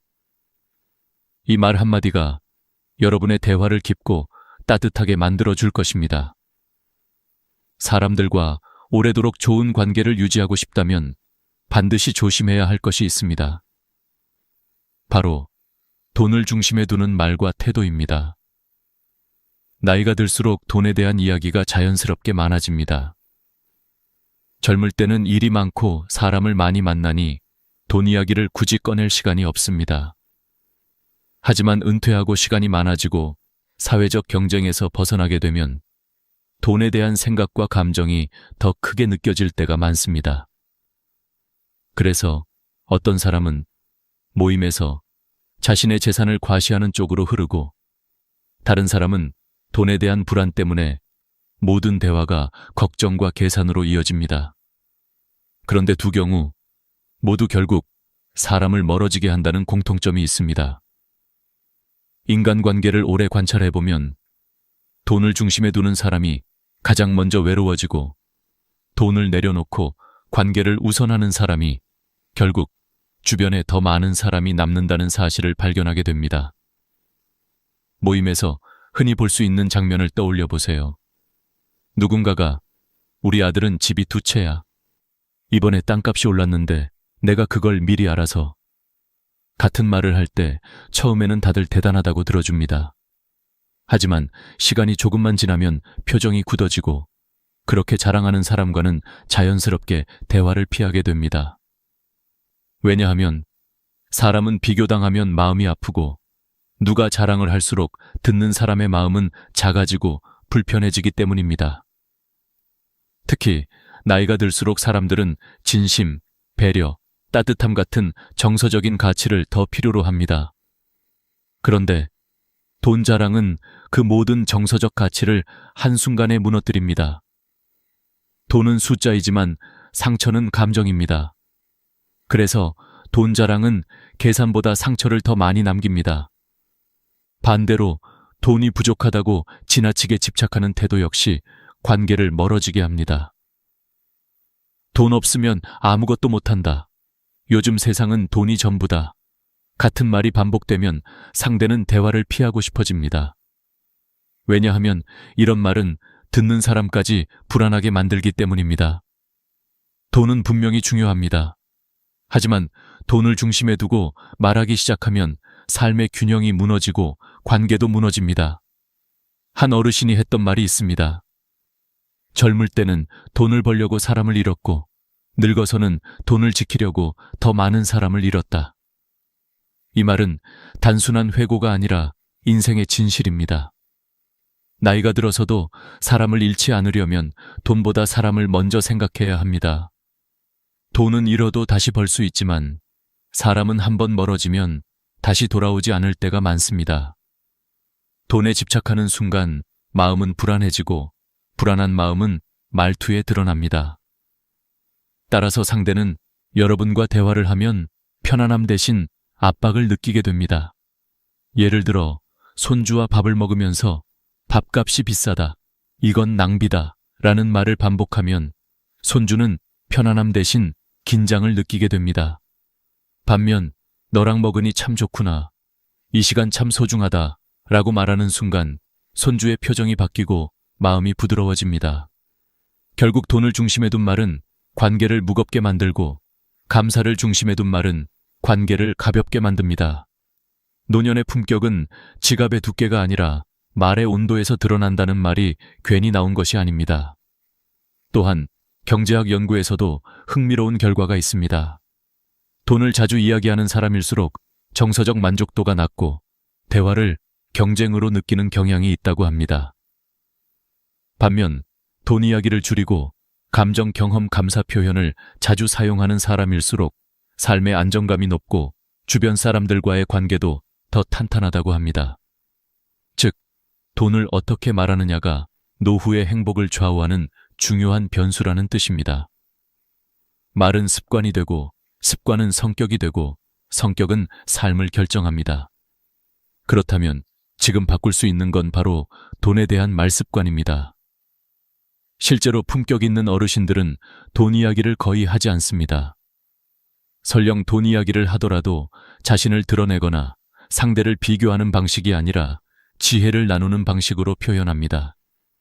예를 들어 돈은 모을수록 편안한 게 아니라 쓸 때 가치가 생긴다, 사람이 재산이다 같은 이야기를 나누는 분들입니다. 이런 분들의 말은 듣는 사람에게 부담이 아니라 배움을 줍니다. 반면 돈을 중심에 둔 대화는 상대를 긴장시키고 스스로를 고립시키는 결과를 가져옵니다. 나이가 들면 누구나 외로움이 찾아올 수 있습니다. 그런데 외로움을 부르는 가장 빠른 방법이 바로 돈 중심의 말과 태도입니다. 반대로 나이 들어도 사람들에게 존중받고 따뜻한 관계 속에서 살아가는 어르신들의 공통점은 돈을 내려놓은 사람들입니다. 그들은 돈 이야기를 줄이고 대신 감사, 경험, 배려, 지혜 같은 말들을 더 많이 사용합니다.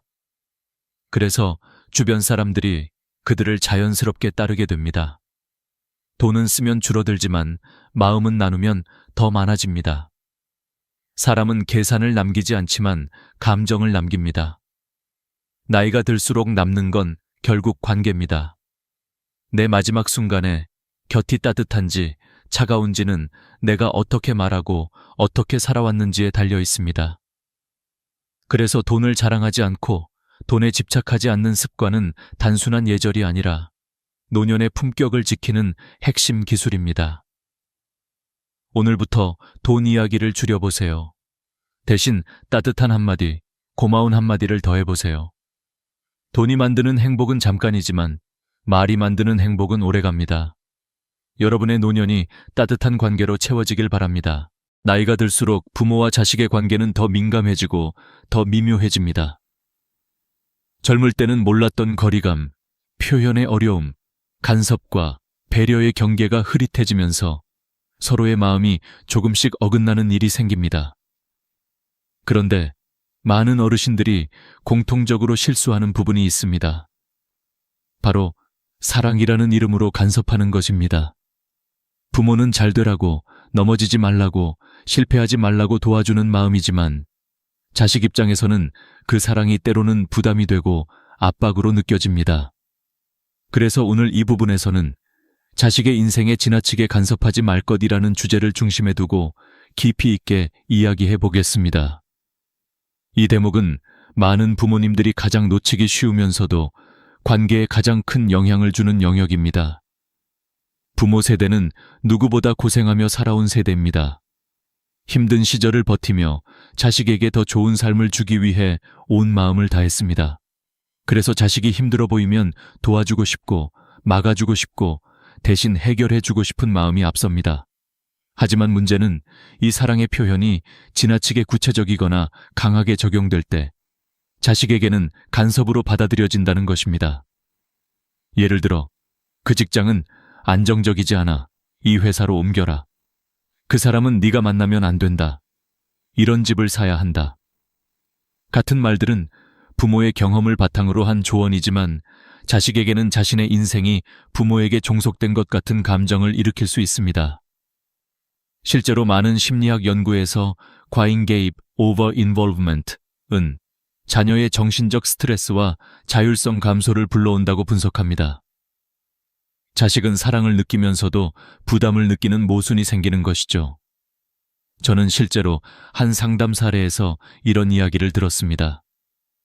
40대 중반의 한 딸이 있었습니다. 그녀는 말을 꺼내며 이렇게 털어놓았습니다.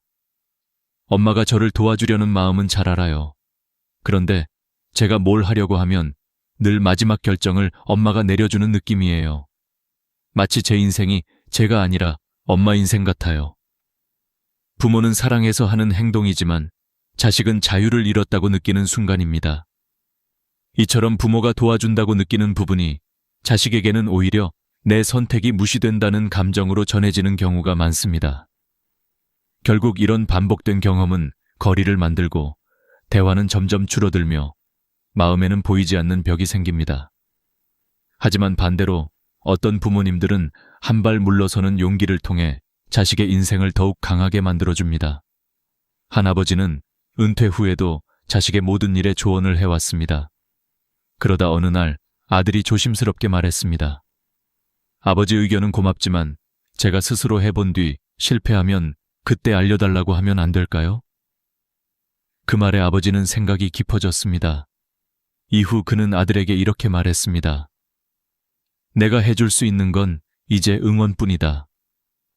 그 한 문장이 아들의 마음을 단단하게 세웠고 두 사람의 관계를 한층 더 성숙하게 만들었습니다.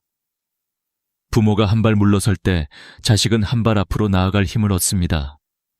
자식에게 지나친 간섭을 하지 않는다는 건 무관심을 의미하는 게 아닙니다.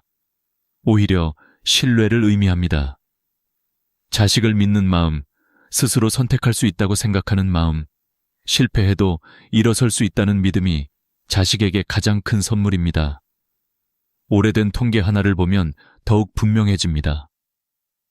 한국가정학 연구에 따르면 부모의 간섭이 많을수록 자식의 결혼 만족도, 직업 만족도, 정신적 안정감이 모두 낮아지는 것으로 나타났습니다. 반면 부모의 신뢰와 지지가 높을수록 자식의 삶의 만족도와 관계의 질이 모든 면에서 높아졌습니다. 결국 부모의 역할은 간섭이 아니라 지지라는 뜻입니다. 어르신들이 간혹 하는 말이 있습니다. 내가 도와주면 편하잖아. 맞습니다. 부모가 나서면 당장은 편합니다. 하지만 부모가 다 해버리면 자식은 강해질 기회를 잃습니다. 삶은 결국 스스로 부딪혀야 성장하고 실수하면서 배워야 단단해집니다. 부모의 사랑이 자식을 약하게 만들지 않아야 합니다. 진짜 사랑은 자식을 편하게 만드는 것이 아니라 스스로 살아갈 수 있게 만드는 것입니다. 그럼 구체적으로 어떻게 해야 할까요? 첫째, 조언을 할 때는 명령형이 아니라 선택형으로 바꾸세요. 이렇게 해야 해. 대신 너라면 어떤 게 더 좋다고 생각해? 라고 물어보면 됩니다. 둘째, 자식이 결정을 내렸을 때 틀렸다고 느껴져도 바로 지적하지 말고 내 선택을 응원하고 지켜볼게 라고 말해보세요. 셋째, 도움을 줄 때도 먼저 물어보세요. 이 부분 도와주는 게 너한테 더 편할까? 아니면 네가 스스로 해보고 싶니? 이렇게 물어보는 작은 변화 하나가 자식에게는 커다란 존중으로 다가옵니다. 넓은 세상을 떠올려 보세요. 모든 나무는 뿌리의 힘으로 자랍니다. 하지만 나무가 자라려면 뿌리가 너무 꽉 잡고 있어서는 안 됩니다. 적당히 잡아주되 위로 뻗어갈 여지도 주어야 합니다. 부모는 뿌리, 자식은 줄기입니다. 뿌리가 너무 단단히 붙들면 줄기는 자라지 못합니다. 그러나 뿌리가 든든하게 지켜만 주면 줄기는 하늘 향해 힘있게 뻗어갑니다. 여러분의 자식은 이미 어른입니다. 이제는 여러분의 인생과 자식의 인생이 분리되어야 합니다. 그 순간 관계는 더 성숙해지고 서로 더 따뜻한 거리를 유지할 수 있습니다. 지나친 간섭을 멈추는 것, 그것은 결국 여러분 자신에게도 자유를 주는 일이 될 것입니다.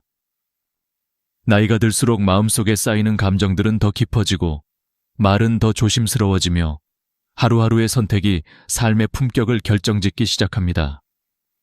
그래서 마지막으로 이야기할 부분은 오늘을 미루지 말 것입니다. 이 주제는 단순한 생활 습관이 아닙니다. 노년의 삶을 밝게 만들지 아니면 후회로 채울지가 이 한 가지에 달려 있다고 해도 과언이 아닙니다. 사람들은 흔히 이런 말을 합니다. 나중에 하지. 내일 하면 되지.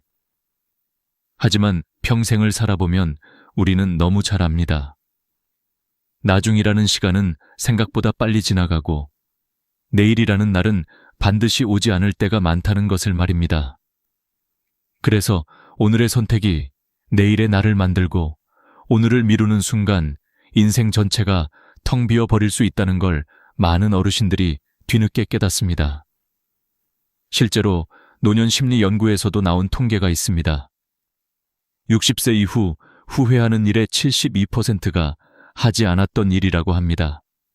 즉, 실패한 것이 후회가 아니라 시도조차 하지 않았던 행동이 가장 큰 후회가 된다는 것입니다.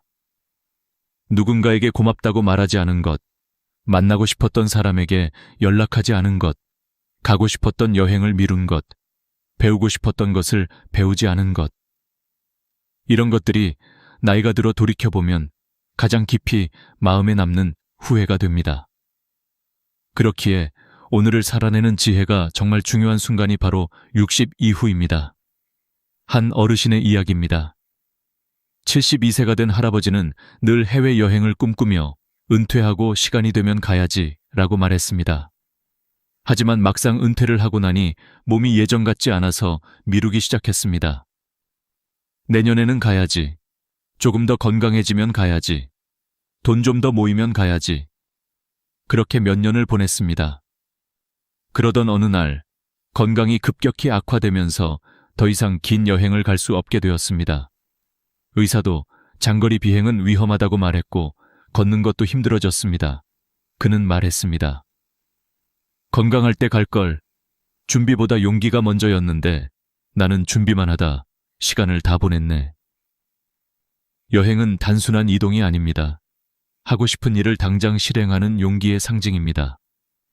그리고 그 용기가 나중에는 나를 지켜줍니다. 사람도 마찬가지입니다.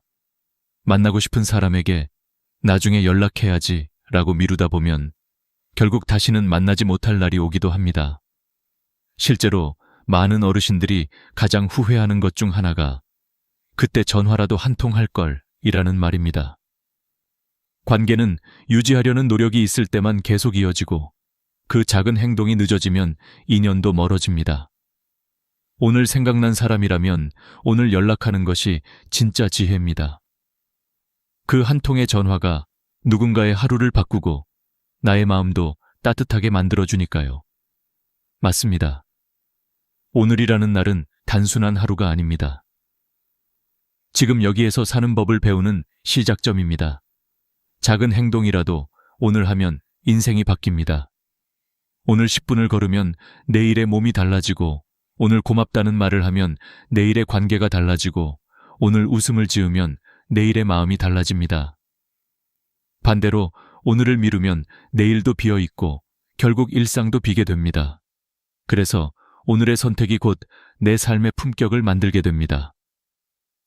병원 진료 데이터에서도 아주 중요한 지표가 있습니다. 고령층의 건강지표 중 즉시 행동점수라는 항목이 있는데 오늘 해야 할 일을 바로 실행하는 사람일수록 우울감도 적고 회복력도 높으며 일상 만족도는 2배 이상 높아집니다. 그만큼 오늘 행동하는 힘은 노년에 매우 강력한 자산이 됩니다. 이건 운동이나 건강관리뿐 아니라 감정, 관계, 취미, 일상 전반에 적용됩니다. 작은 행동 하나가 마음의 활기를 되살리고 몸의 에너지를 깨우고 삶의 생기를 불어넣습니다. 오늘을 미루지 않는 삶은 결코 크고 거창한 일을 하라는 뜻이 아닙니다. 오히려 아주 사소한 것부터 시작합니다. 오늘 커피 한 잔이라도 맛있게 마시는 것, 보고 싶었던 드라마 한 편을 편안하게 보는 것, 동네를 천천히 산책하는 것, 좋아하는 음악을 틀어놓고 마음을 쉬게 하는 것. 이런 소소한 실천이 쌓이면 인생 전체가 달라집니다. 특히 노년에는 하루하루의 삶의 질이 인생의 질과 거의 동일합니다. 그러니 오늘을 가볍게 쓰지 말아야 합니다. 또한 오늘을 살아내는 법은 자기 자신을 존중하는 태도에서 시작됩니다. 내 삶의 주인이 나라는 사실을 잊지 않는 것, 내가 원하는 삶을 결정하는 것도 나이며 내게 필요한 것을 가장 잘 아는 것도 나 자신입니다. 남과 비교하지 말고, 과거에 매이지 말고, 미래 걱정에 짓눌리지 말고, 오늘의 나에게 충실한 마음이 필요합니다. 나이 들어 행복해지는 사람들의 공통점은 모두 오늘을 미루지 않는 사람들입니다. 오늘 감사하고, 오늘 움직이고, 오늘 배우고, 오늘 사랑을 표현합니다. 마지막으로 기억해야 할 것이 있습니다. 오늘을 살아내는 건 단순한 하루의 선택이 아니라 나머지 인생 전체에 대한 선언입니다. 나는 더 이상 미루지 않고 살겠다. 나는 내 인생을 지금부터 스스로 채워가겠다. 라는 다짐입니다. 그렇게 결심한 순간부터 삶의 무게는 가벼워지고 관계는 따뜻해지고 마음은 안정됩니다. 그리고 노후는 더 이상 두려움이 아니라 기대가 되는 시간이 됩니다. 여러분은 오늘 어떤 선택을 하실 건가요? 작은 것 하나라도 좋습니다. 오늘의 선택이 내일의 여러분을 바꿀 겁니다. 지금 이 순간이 바로 여러분 인생을 새롭게 쓰는 출발점입니다. 오늘을 미루지 말고 지금 시작하세요. 행동이 행복을 만들고 실천이 품격을 만듭니다. 나이가 들수록 마음이 더 무거워지는 순간이 찾아옵니다. 젊었을 때는 그렇게 흔들리지 않았던 일인데 이제는 작은 말 한마디에도 밤잠을 설치고 누군가의 표정 하나에도 괜히 마음이 쿵하고 내려앉습니다. 그런데 말이죠. 많은 분들이 이렇게 말합니다. 내가 약해져서 그래. 하지만 정말 그럴까요? 저는 그렇게 생각하지 않습니다. 마음이 무거워지는 진짜 이유는 약해진 게 아니라 너무 많은 것을 붙잡고 있기 때문입니다. 우리가 살아오며 쌓아온 경험, 관계, 기대, 미련, 억울함 같은 것들이 나도 모르게 마음 한구석을 차지하고 시간이 지날수록 그것이 점점 더 무게가 되어 내려앉는 것이죠. 이 이야기를 시작하기 전에 한 어르신의 고백이 떠오릅니다. 젊을 땐 무식해서 편했고 나이 드니 아는 게 많아져서 더 힘들어. 이 말이 참 깊습니다. 나이가 들수록 삶의 무게는 줄어들지 않고 오히려 생각의 무게가 더해지는 것 같습니다. 그래서 저는 오늘 이 이야기를 통해 여러분의 어깨 위에 올라앉은 그 무게를 함께 살펴보고 조금이라도 내려놓을 수 있도록 돕고 싶습니다. 우리는 늘 괜찮다고 말하지만 사실은 괜찮지 않은 날이 더 많습니다.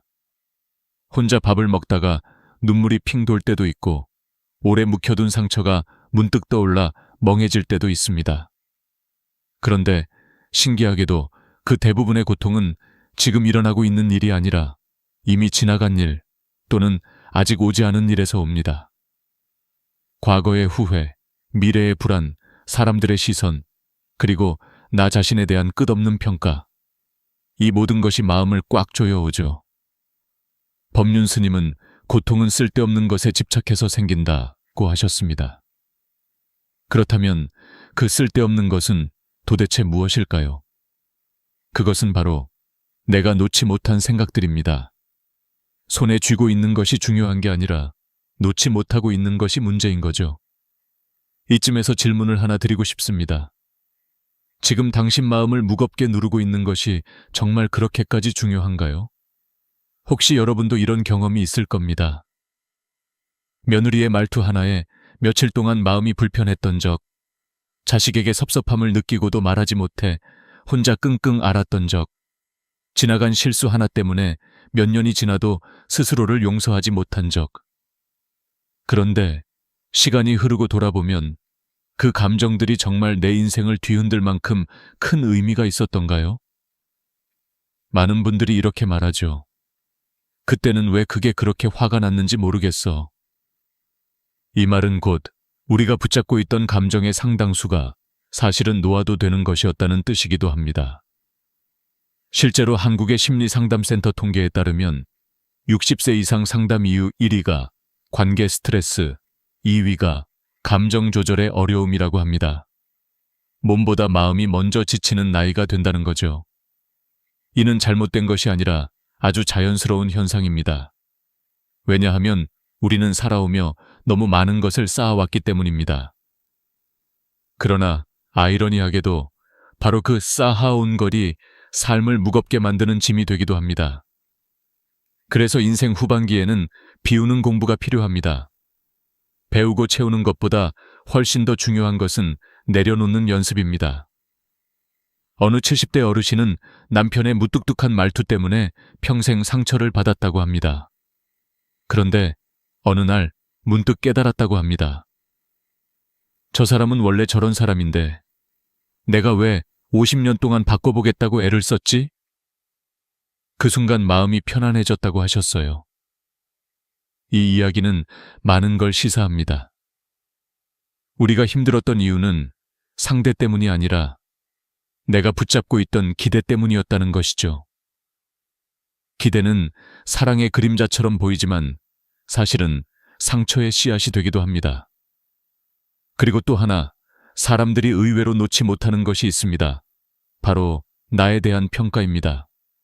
나이가 들어도 사람의 마음은 참 섬세합니다. 누가 나를 무시하는 것처럼 느껴지면 금세 마음이 다치고 누가 나를 칭찬해주면 하루 종일 기분이 좋습니다. 그런데 법륜 스님은 이렇게 말합니다. 남이 나를 어떻게 보는지는 그 사람의 일이다. 남의 마음을 우리가 어찌할 수 있을까요? 그런데 우리는 평생 남의 시선 속에서 살아왔습니다. 젊을 때는 사회에서, 중년에는 직장에서, 노년에는 가족 안에서. 그러다 보니 어느 순간 내가 나를 어떻게 보는지는 사라지고 오직 남이 나를 어떻게 보느냐만 남습니다. 이건 정말 슬픈 일입니다. 그래서 저는 오늘 이 이야기를 시작하며 한 가지 약속을 드립니다. 이 영상이 끝날 때쯤 여러분의 마음 한켠에 오래 눌려있던 무언가가 조금이라도 내려가 있기를, 그리고 그동안 스스로를 너무 힘들게 했던 생각들 중 하나라도 그래, 이제는 놓아도 되겠다 하고 내려놓을 수 있기를, 우리가 함께 이 길을 걸어가 볼 겁니다. 마음을 괴롭히는 헛된 믿음들, 쓸데없는 집착들, 그리고 놓아야 할 감정들, 지금부터 그 무게들을 하나씩 살펴보며 진짜 가벼운 마음이 무엇인지 배워보려 합니다. 당신의 인생은 아직 늦지 않았습니다. 마음은 나이가 들지 않기 때문입니다. 살다 보면 우리는 누구나 마음속에 이 정도쯤이야 하고 넘기는 작은 감정들이 쌓여 어느 순간 큰 고통이 되는 순간을 맞이합니다. 그런데 그 고통의 실체를 하나씩 들여다보면 놀랍게도 대부분이 현실이 아니라 내가 만든 착각, 내가 붙잡고 있는 헛된 믿음들입니다. 법륜 스님은 이런 마음의 함정들을 쓸데없는 집착이라고 표현하셨습니다. 그런데 많은 분들이 아니, 나는 아무것도 욕심내지 않고 조용히 살고 있는데 무슨 집착이냐고 말합니다. 하지만 평범한 일상 속에도 마음을 갉아먹는 집착은 얼마든지 숨어 있습니다. 그 대표적인 것이 바로 남의 시선, 과거에 대한 후회, 끝없는 비교, 기대, 욕망, 그리고 관계에 대한 오해입니다. 먼저 한국인들이 가장 자주 빠지는 첫 번째 함정은 남이 나를 어떻게 볼까 지나치게 의식하는 마음입니다. 특히 50, 80대 분들은 젊은 시절부터 체면, 예의, 남의 눈이라는 문화 속에서 살아왔습니다. 그래서 누군가의 말투 하나에도 저 사람이 나를 무시하는 건가 라는 생각이 들고 길거리에 혼자 서 있는 모습만으로도 괜히 부끄러워지는 순간이 많습니다. 그런데 심리학 연구에 따르면 사람들은 남을 생각하는데 하루 평균 3%도 쓰지 않는다고 합니다. 다시 말해, 우리가 남들이 나를 이렇게 볼 거야 라고 생각하는 97%는 사실 내 상상이라는 거죠. 한 어르신이 이런 말씀을 하셨습니다. 내가 걱정했던 그 시선은 알고 보니 전부 내가 만든 그림자였더라. 두 번째 함정은 과거에 머무는 마음입니다. 그때 내가 왜 그랬을까? 그 말을 안 했으면 얼마나 좋았을까? 다시 돌릴 수만 있다면, 이런 생각을 반복하는 건 마음의 독이 됩니다. 뇌과학에서는 과거의 후회를 자꾸 떠올릴수록 스트레스 호르몬인 코르티솔이 증가한다고 합니다. 그래서 몸이 더 지치고 면역력이 떨어지죠. 그런데 중요한 사실은 과거는 우리가 아무리 붙잡아도 바꿀 수 없다는 것입니다. 바꿀 수 없는 것을 계속 붙잡으면 삶은 무거워지고 바꿀 수 있는 오늘은 놓쳐버립니다. 세 번째 함정은 비교입니다. 비교는 삶을 잠식하는 습관입니다. 저 집은 여행도 잘만 다니는데, 저 사람은 손주들한테 사랑받는다던데 왜 나는 저렇게 못할까? 모든 비교는 마음의 열등감을 키웁니다. 한국보건사회연구원의 조사에 따르면 60세 이상이 느끼는 우울감의 주요 원인 중 하나가 바로 비교였습니다. 남과 비교하는 순간 우리는 가진 것의 소중함을 보지 못합니다. 비교는 늘 나를 부족하게 만들고 남은 더 행복해 보이게 만들 뿐입니다. 네 번째 함정은 누군가에게 지나친 기대를 걸고 그 기대가 충족되지 않으면 실망하는 마음입니다. 특히 자녀와의 관계에서 이런 상황이 많이 일어납니다. 이번엔 아들이 꼭 와주겠지. 며느리가 이번 생일만큼은 챙겨주겠지. 남편이 이번엔 알아주겠지. 하지만 사람은 내가 원하는 대로 움직이지 않습니다. 한 70대 어머니가 이런 말씀을 하신 적이 있습니다. 기대하면 실망하고 기대 안 하면 감사하게 되더라. 이것이 참된 지혜입니다. 다섯 번째는 조금만 더라는 끝없는 욕망입니다. 조금만 더 모으면, 조금만 더 건강해지면, 조금만 더 편해지면. 하지만 그 조금만은 끝이 없습니다. 연구에 따르면 돈과 행복의 상관관계는 일정 수준까지이고 그 이후로는 소득이 늘어도 행복감의 증가가 거의 없다고 합니다. 즉, 우리가 행복하지 않은 이유는 가진 것이 적어서가 아니라 더 가지려는 마음이 끝없이 이어지기 때문입니다. 여섯 번째는 사람을 바꾸려는 마음입니다. 남편이 조금만 다정했으면, 아들이 말이라도 좀 예쁘게 했으면, 며느리가 조금만 이해심이 있었으면. 하지만 심리학에서 말하듯 사람은 스스로 원할 때만 변합니다. 바꾸려 해도 바뀌지 않는 것은 나이가 들어서가 아니라 그 사람의 성격과 방식대로 살아가기 때문입니다. 결국 마음이 상하고 실망하는 것은 내 기준을 상대에게 억지로 끼워 맞추려 했기 때문입니다. 이런 착각들이 반복되면 마음은 점점 지치고 작은 일에도 크게 흔들립니다. 그런데 여기서 중요한 사실이 하나 있습니다. 이 착각들은 모두 내 밖이 아니라 내 안에서 만들어진다는 겁니다. 남이 나를 괴롭게 만드는 것이 아니라 내가 만든 생각이 나를 괴롭게 합니다. 그래서 법륜 스님은 말합니다. 문제는 밖에 있는 것이 아니라 그 문제를 바라보는 당신의 방식에 있다. 이쯤에서 한 가지 질문을 드리고 싶습니다. 지금 당신을 괴롭히는 그 생각, 그 감정, 그 후회, 그 비교, 그 기대. 정말 지금 이 순간도 붙잡고 있어야 할 만큼 중요한가요? 혹시라도 맞아, 내가 괜히 붙잡고 있었구나 하고 느껴지신다면 지금부터 여러분은 이미 변화를 시작한 겁니다. 이제 우리는 마음을 더 가볍게 하기 위해 그 착각들이 어디서 오는지, 왜 사라지지 않는지, 그리고 어떻게 내려놓을 수 있는지 더 깊이 들여다볼 시간입니다. 우리가 마음속에서 반복되는 괴로움의 근원을 더 깊이 들여다보면 결국 문제는 세상도 사람도 아니라 나 자신을 바라보는 방식에서 출발합니다. 많은 분들이 말합니다. 나는 남 탓도 안 하고 욕심도 없고 비교도 안 하려고 하는데 왜 이렇게 힘들까? 그런데 상담을 오래 하다 보면 공통점이 있습니다. 바로 자기 자신을 너무 엄격하게 대한다는 것, 그리고 감정이 올라올 때 그걸 제대로 바라보는 법을 배우지 못했다는 것입니다. 나이가 들수록 마음은 여유로워져야 할 것 같지만 오히려 더 단단하게 굳어지고 작아지는 경우가 많습니다. 이유는 단순합니다. 젊을 때는 바쁘다는 핑계로 감정과 마주할 시간이 없었지만 나이가 들면 마음속 시간이 많아지고 그 빈자리를 오래 쌓아온 감정들이 차지하기 때문입니다. 어느 70대 어르신이 이런 말씀을 하신 적이 있습니다. 사실 젊을 때는 남편이 화내도 금방 잊었는데 나이가 드니까 사소한 말도 오래 남더라. 왜 그럴까요? 심리학에서는 나이가 들수록 감정의 회복 속도가 느려지고 대신 감정의 깊이는 더 강해진다고 설명합니다. 즉, 예전보다 더 예민해진 것이 아니라 감정을 담아두는 그릇이 바뀐 겁니다.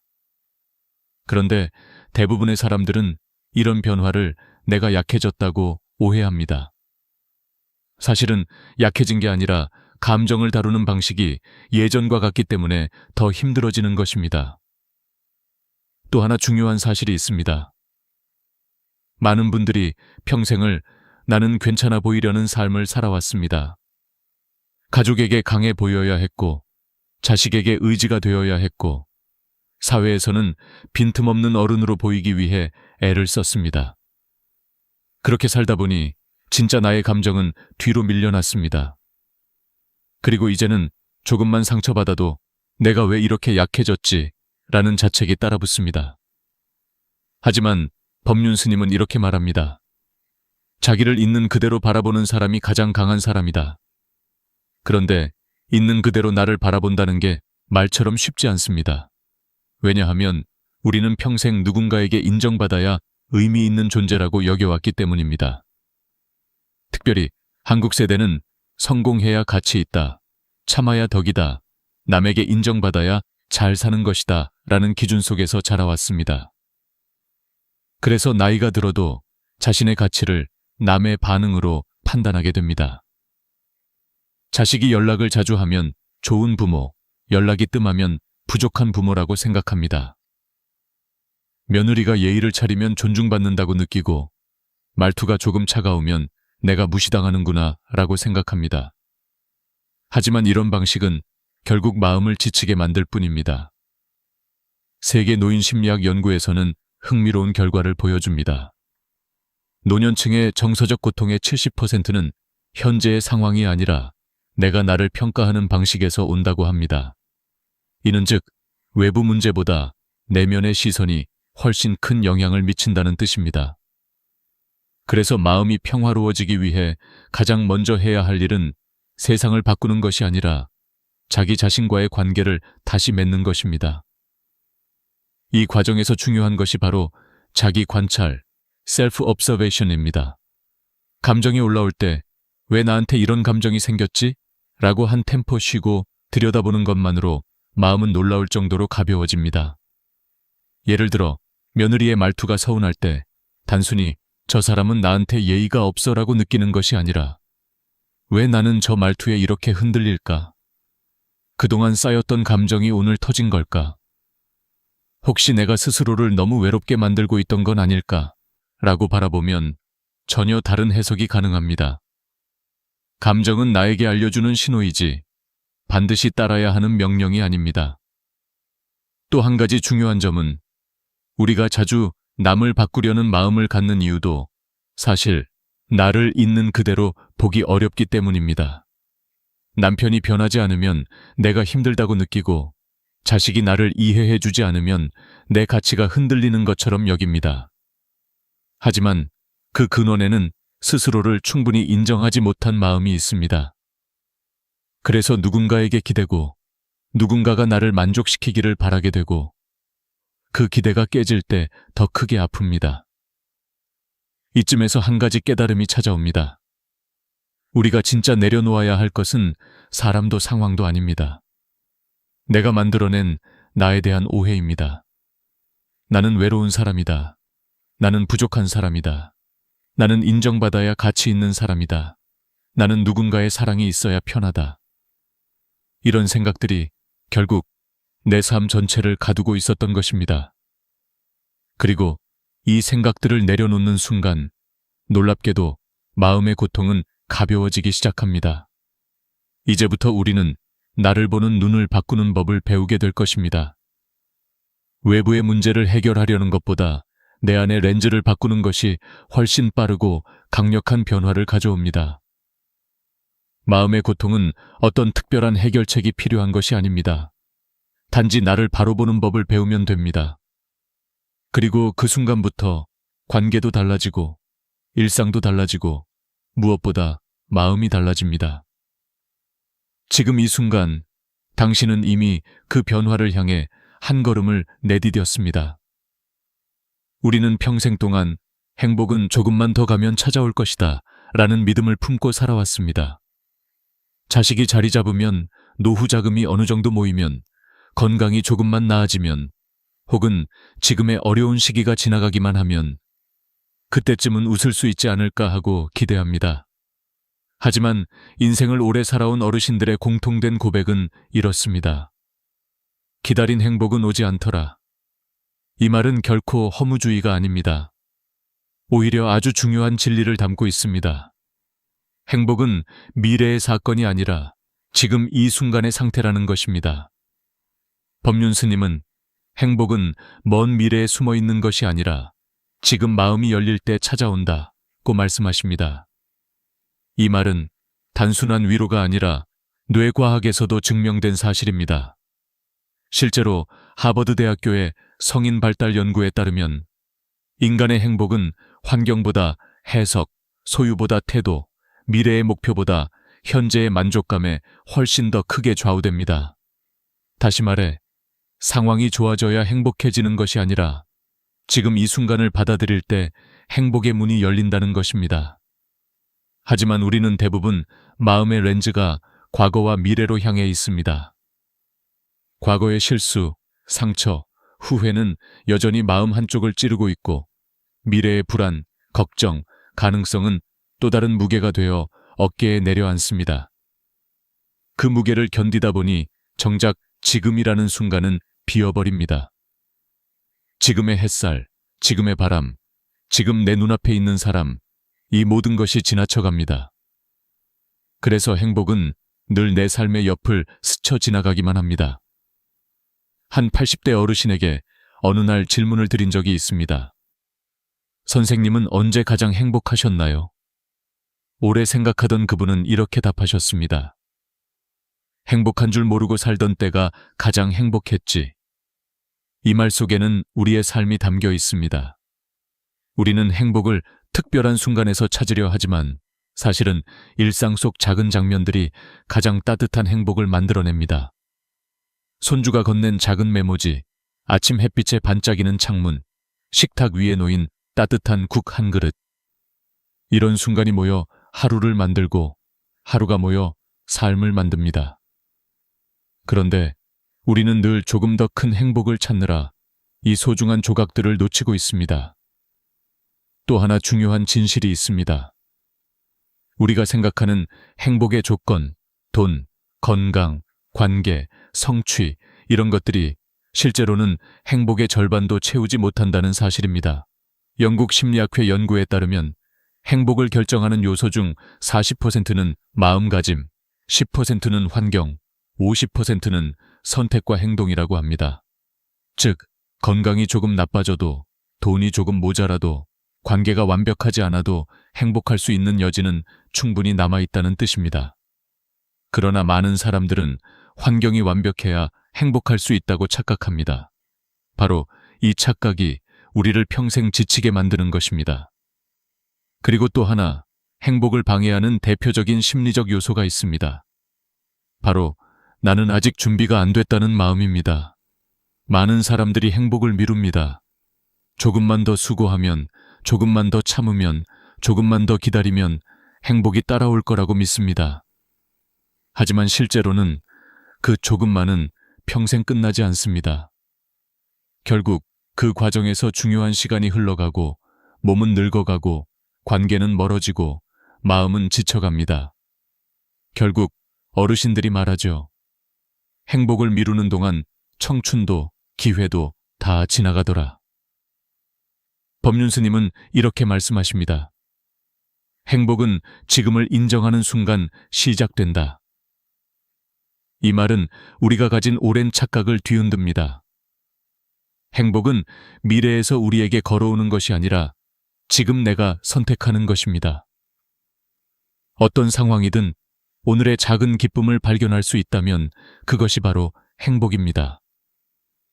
그 기쁨은 돈이 없어도, 자식과 거리가 멀어도, 건강이 조금 부족해도 충분히 느낄 수 있는 것입니다.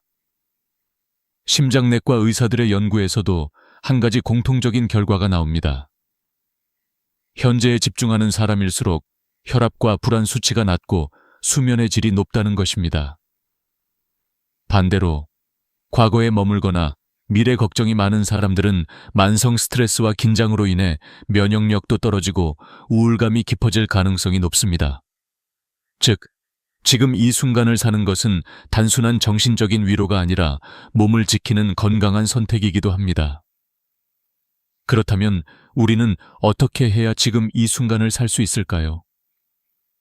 바로 작은 순간을 놓치지 않는 연습, 내 감정을 있는 그대로 받아들이는 연습, 남과 비교하지 않는 연습입니다.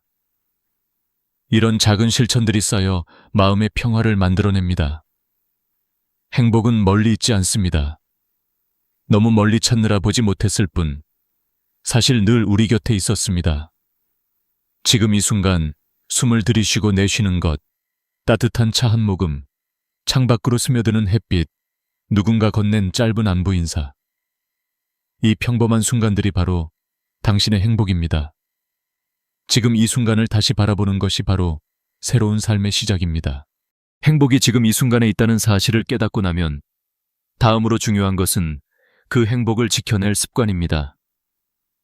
마음은 조금만 방심해도 다시 과거로 끌려가고 비교로 흔들리고 기대 때문에 상처받고 걱정으로 무거워지는 존재이기 때문입니다. 그래서 인생 후반기일수록 마음 사용법을 새롭게 익혀야 합니다. 많은 어르신들을 상담하면서 제가 느낀 것은 마음이 평온한 분들에게는 공통적인 3가지 습관이 있다는 점입니다. 그리고 놀랍게도 이 습관들은 누구나 어렵지 않게 실천할 수 있으며 하루를 얼마나 다르게 만드는지 눈에 띄게 드러납니다. 지금부터 그 3가지 습관을 하나씩 깊이 들여다보겠습니다. 첫 번째 습관은 오늘 하루를 소중히 바라보는 마음입니다. 언뜻 들으면 너무 단순하고 당연해 보이지만 실제로는 대부분의 사람들이 한 번도 제대로 실천해 보지 못한 습관입니다. 아침에 눈을 떴을 때 몸이 크게 아프지 않다는 사실, 창문 너머로 빛이 들어온다는 사실, 밥을 씹을 수 있고 걸을 수 있고 누군가와 대화를 나눌 수 있다는 사실을 기적처럼 느끼는 것. 이 단순한 마음가짐이 삶의 질을 얼마나 바꿔놓는지 상상 이상입니다. 실제로 서울대 노년행복연구팀의 조사에 따르면 매일 아침 감사할 것을 떠올리는 노년층은 우울감이 42% 감소하고 불안지수가 35% 개선된다고 합니다. 그만큼 생활 속 감사가 마음의 안정에 미치는 효과는 매우 큽니다. 한 75세 어르신은 이런 말씀을 하셨습니다. 예전엔 내가 잃어버린 것만 보였는데 지금은 내가 아직 가진 것들을 보려고 해.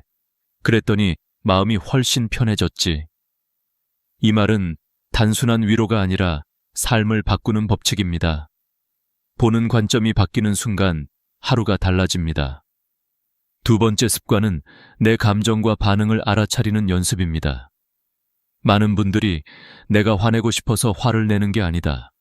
내가 서운해지고 싶어서 서운한 게 아니다. 라고 말합니다. 맞습니다. 감정은 통제가 아니라 반응에 가깝습니다.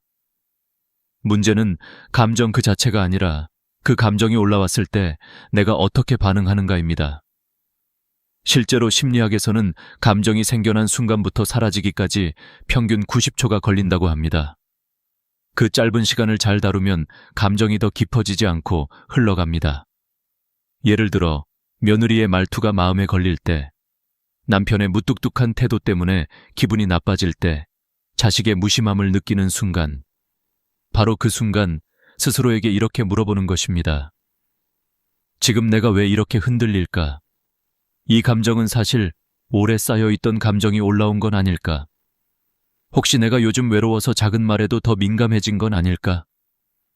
이렇게 감정을 관찰하는 것만으로 마음의 폭풍이 잦아들기 시작합니다. 감정은 억누를수록 더 강해지고 바라볼수록 자연스럽게 물러납니다. 어느 68세 할머니는 며느리와 자주 갈등이 있었는데 어느 날 이런 깨달음을 얻었다고 합니다. 며느리가 바쁜 날에는 말투가 좀 짧아지더라고. 근데 그걸 내가 무시라고 받아들였던 거야. 사실은 내 오해였는데. 관점을 바꾸는 순간 갈등도 사라졌다고 합니다. 결국 나를 괴롭힌 것은 사람의 말투가 아니라 그 말투를 해석한 나의 감정이었던 것이죠. 세 번째 습관은 비교 대신 감사하는 마음을 붙잡는 것입니다. 비교는 더 나은 삶을 위한 동기가 되기도 하지만 대부분의 경우 노년기에는 마음의 상처가 되는 경우가 더 많습니다. 저 집은 손주들이 매주 찾아온다는데, 저 사람은 아직도 여행 다닌다는데, 나는 왜 이렇게 사는지 모르겠다. 비교는 항상 내가 가진 것을 작게 만들고 남이 가진 것을 크게 보이게 합니다. 그래서 비교를 멈추지 않으면 감사할 수 있는 눈을 잃어버립니다. 법륜 스님은 비교는 불행의 가장 쉬운 방법이다 라고 말합니다. 반대로 감사는 행복을 여는 가장 빠른 방법입니다. 실제로 일본과 한국에서 진행된 고령층 심리 연구에서도 감사 습관을 실천한 그룹은 6개월 만에 삶의 만족도가 2배 이상 증가했습니다. 한 72세 어머니는 이런 말씀을 하셨습니다. 우리 딸은 자주 연락은 안 해도 생일은 꼭 챙기더라. 그게 어디야. 감사할 일이 한두 가지더라고. 이 간단한 태도가 마음을 얼마나 따뜻하게 만드는지 많은 어르신들이 몸소 경험하고 계십니다. 이 세 가지 습관은 절대 어렵지도 거창하지도 않습니다. 단지 마음을 보는 방향을 바꾸는 간단한 선택일 뿐입니다. 하지만 이 작은 선택들이 쌓이면 인생은 완전히 달라집니다. 아침을 바라보는 눈이 달라지고 사람을 해석하는 방식이 달라지고 관계를 대하는 마음이 달라집니다. 결국 내가 달라지면 세상도 달라 보입니다. 이제 이 세 가지 마음 습관을 기반으로 우리는 마지막으로 더 깊은 이야기, 어떻게 내려놓고 더 가볍게 살아갈 수 있는가를 향해 나아가 보겠습니다. 나이가 들수록 우리는 한 가지 중요한 진실과 마주하게 됩니다. 놓지 못한 것이 우리를 가장 힘들게 한다는 사실입니다. 사람도, 기억도, 상처도, 미련도, 억울함도, 마음 한편에서 오래 붙잡혀 있던 것들이 삶 전체의 무게가 됩니다. 그런데 더 놀라운 사실은 우리가 붙잡고 있다고 생각했던 것들이 실은 우리를 붙잡고 있었다는 겁니다. 그래서 오늘 마지막으로 나누고 싶은 이야기는 바로 어떻게 내려놓고 더 가볍게 살아갈 수 있을까입니다. 이 이야기는 단순한 마음가짐의 문제가 아니라 인생 후반기를 지혜롭게 살아가기 위한 가장 중요한 능력입니다. 한 80대 할머니가 이런 말씀을 하신 적이 있습니다. 내가 내려놓으니까 내가 편하더라. 이 짧은 말은 인생을 깊이 살아본 사람만이 할 수 있는 고백입니다.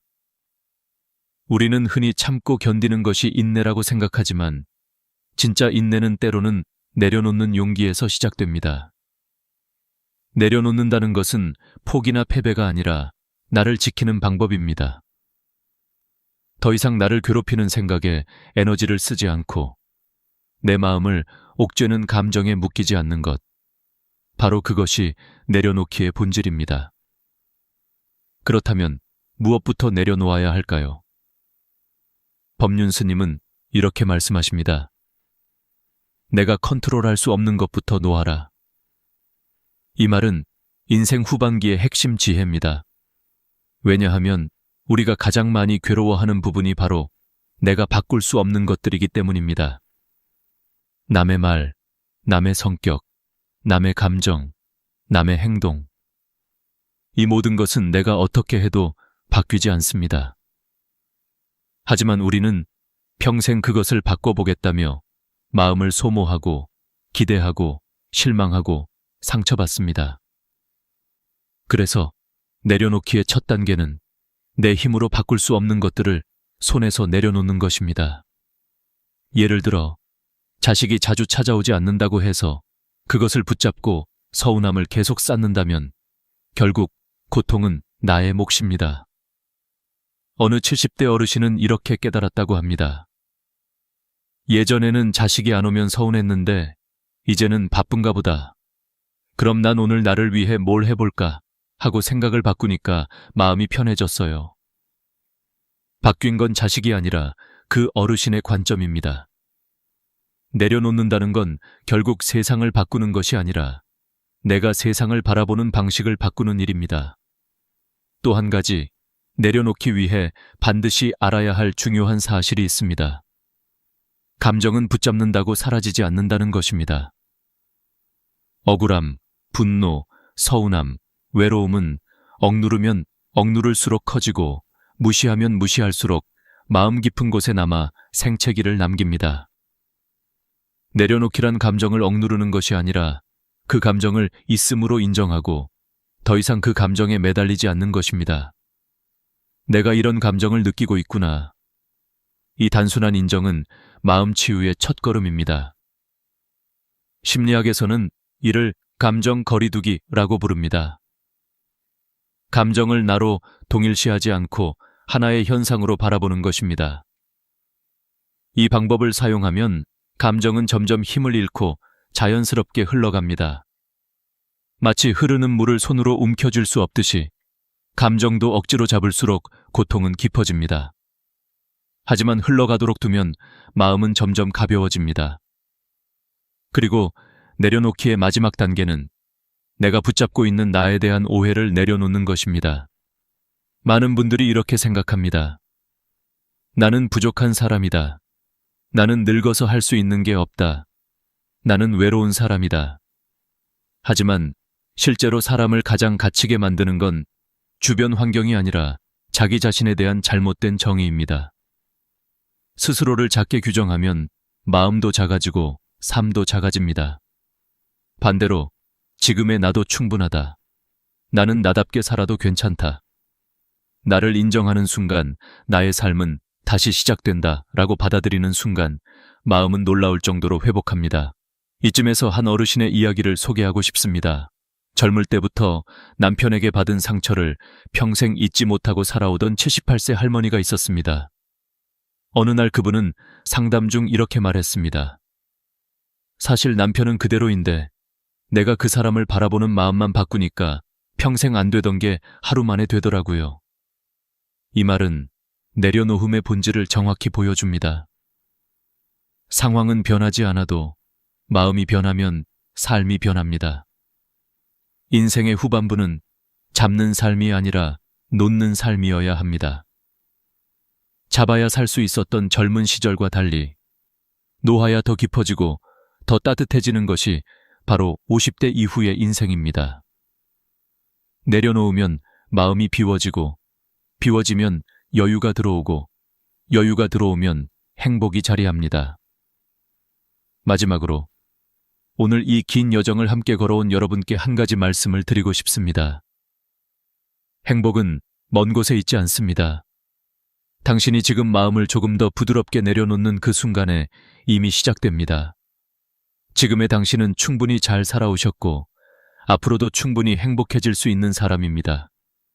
행복은 찾아오는 것이 아니라 지금 이 순간 마음이 허락하는 만큼 흘러들어오는 것입니다.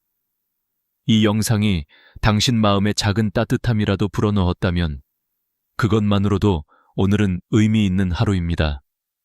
그리고 그 따뜻함이 또 다른 누군가에게 전해지기를 진심으로 바랍니다. 함께 나누고 함께 위로하며 우리의 삶은 조금 더 단단해지고 조금 더 따뜻해집니다. 오늘도 함께 해주셔서 감사합니다. 다음에도 당신의 하루가 더 가벼워지고 더 평화로워질 수 있도록 좋은 이야기로 다시 찾아오겠습니다. 구독과 좋아요 그리고 공유까지 부탁드립니다.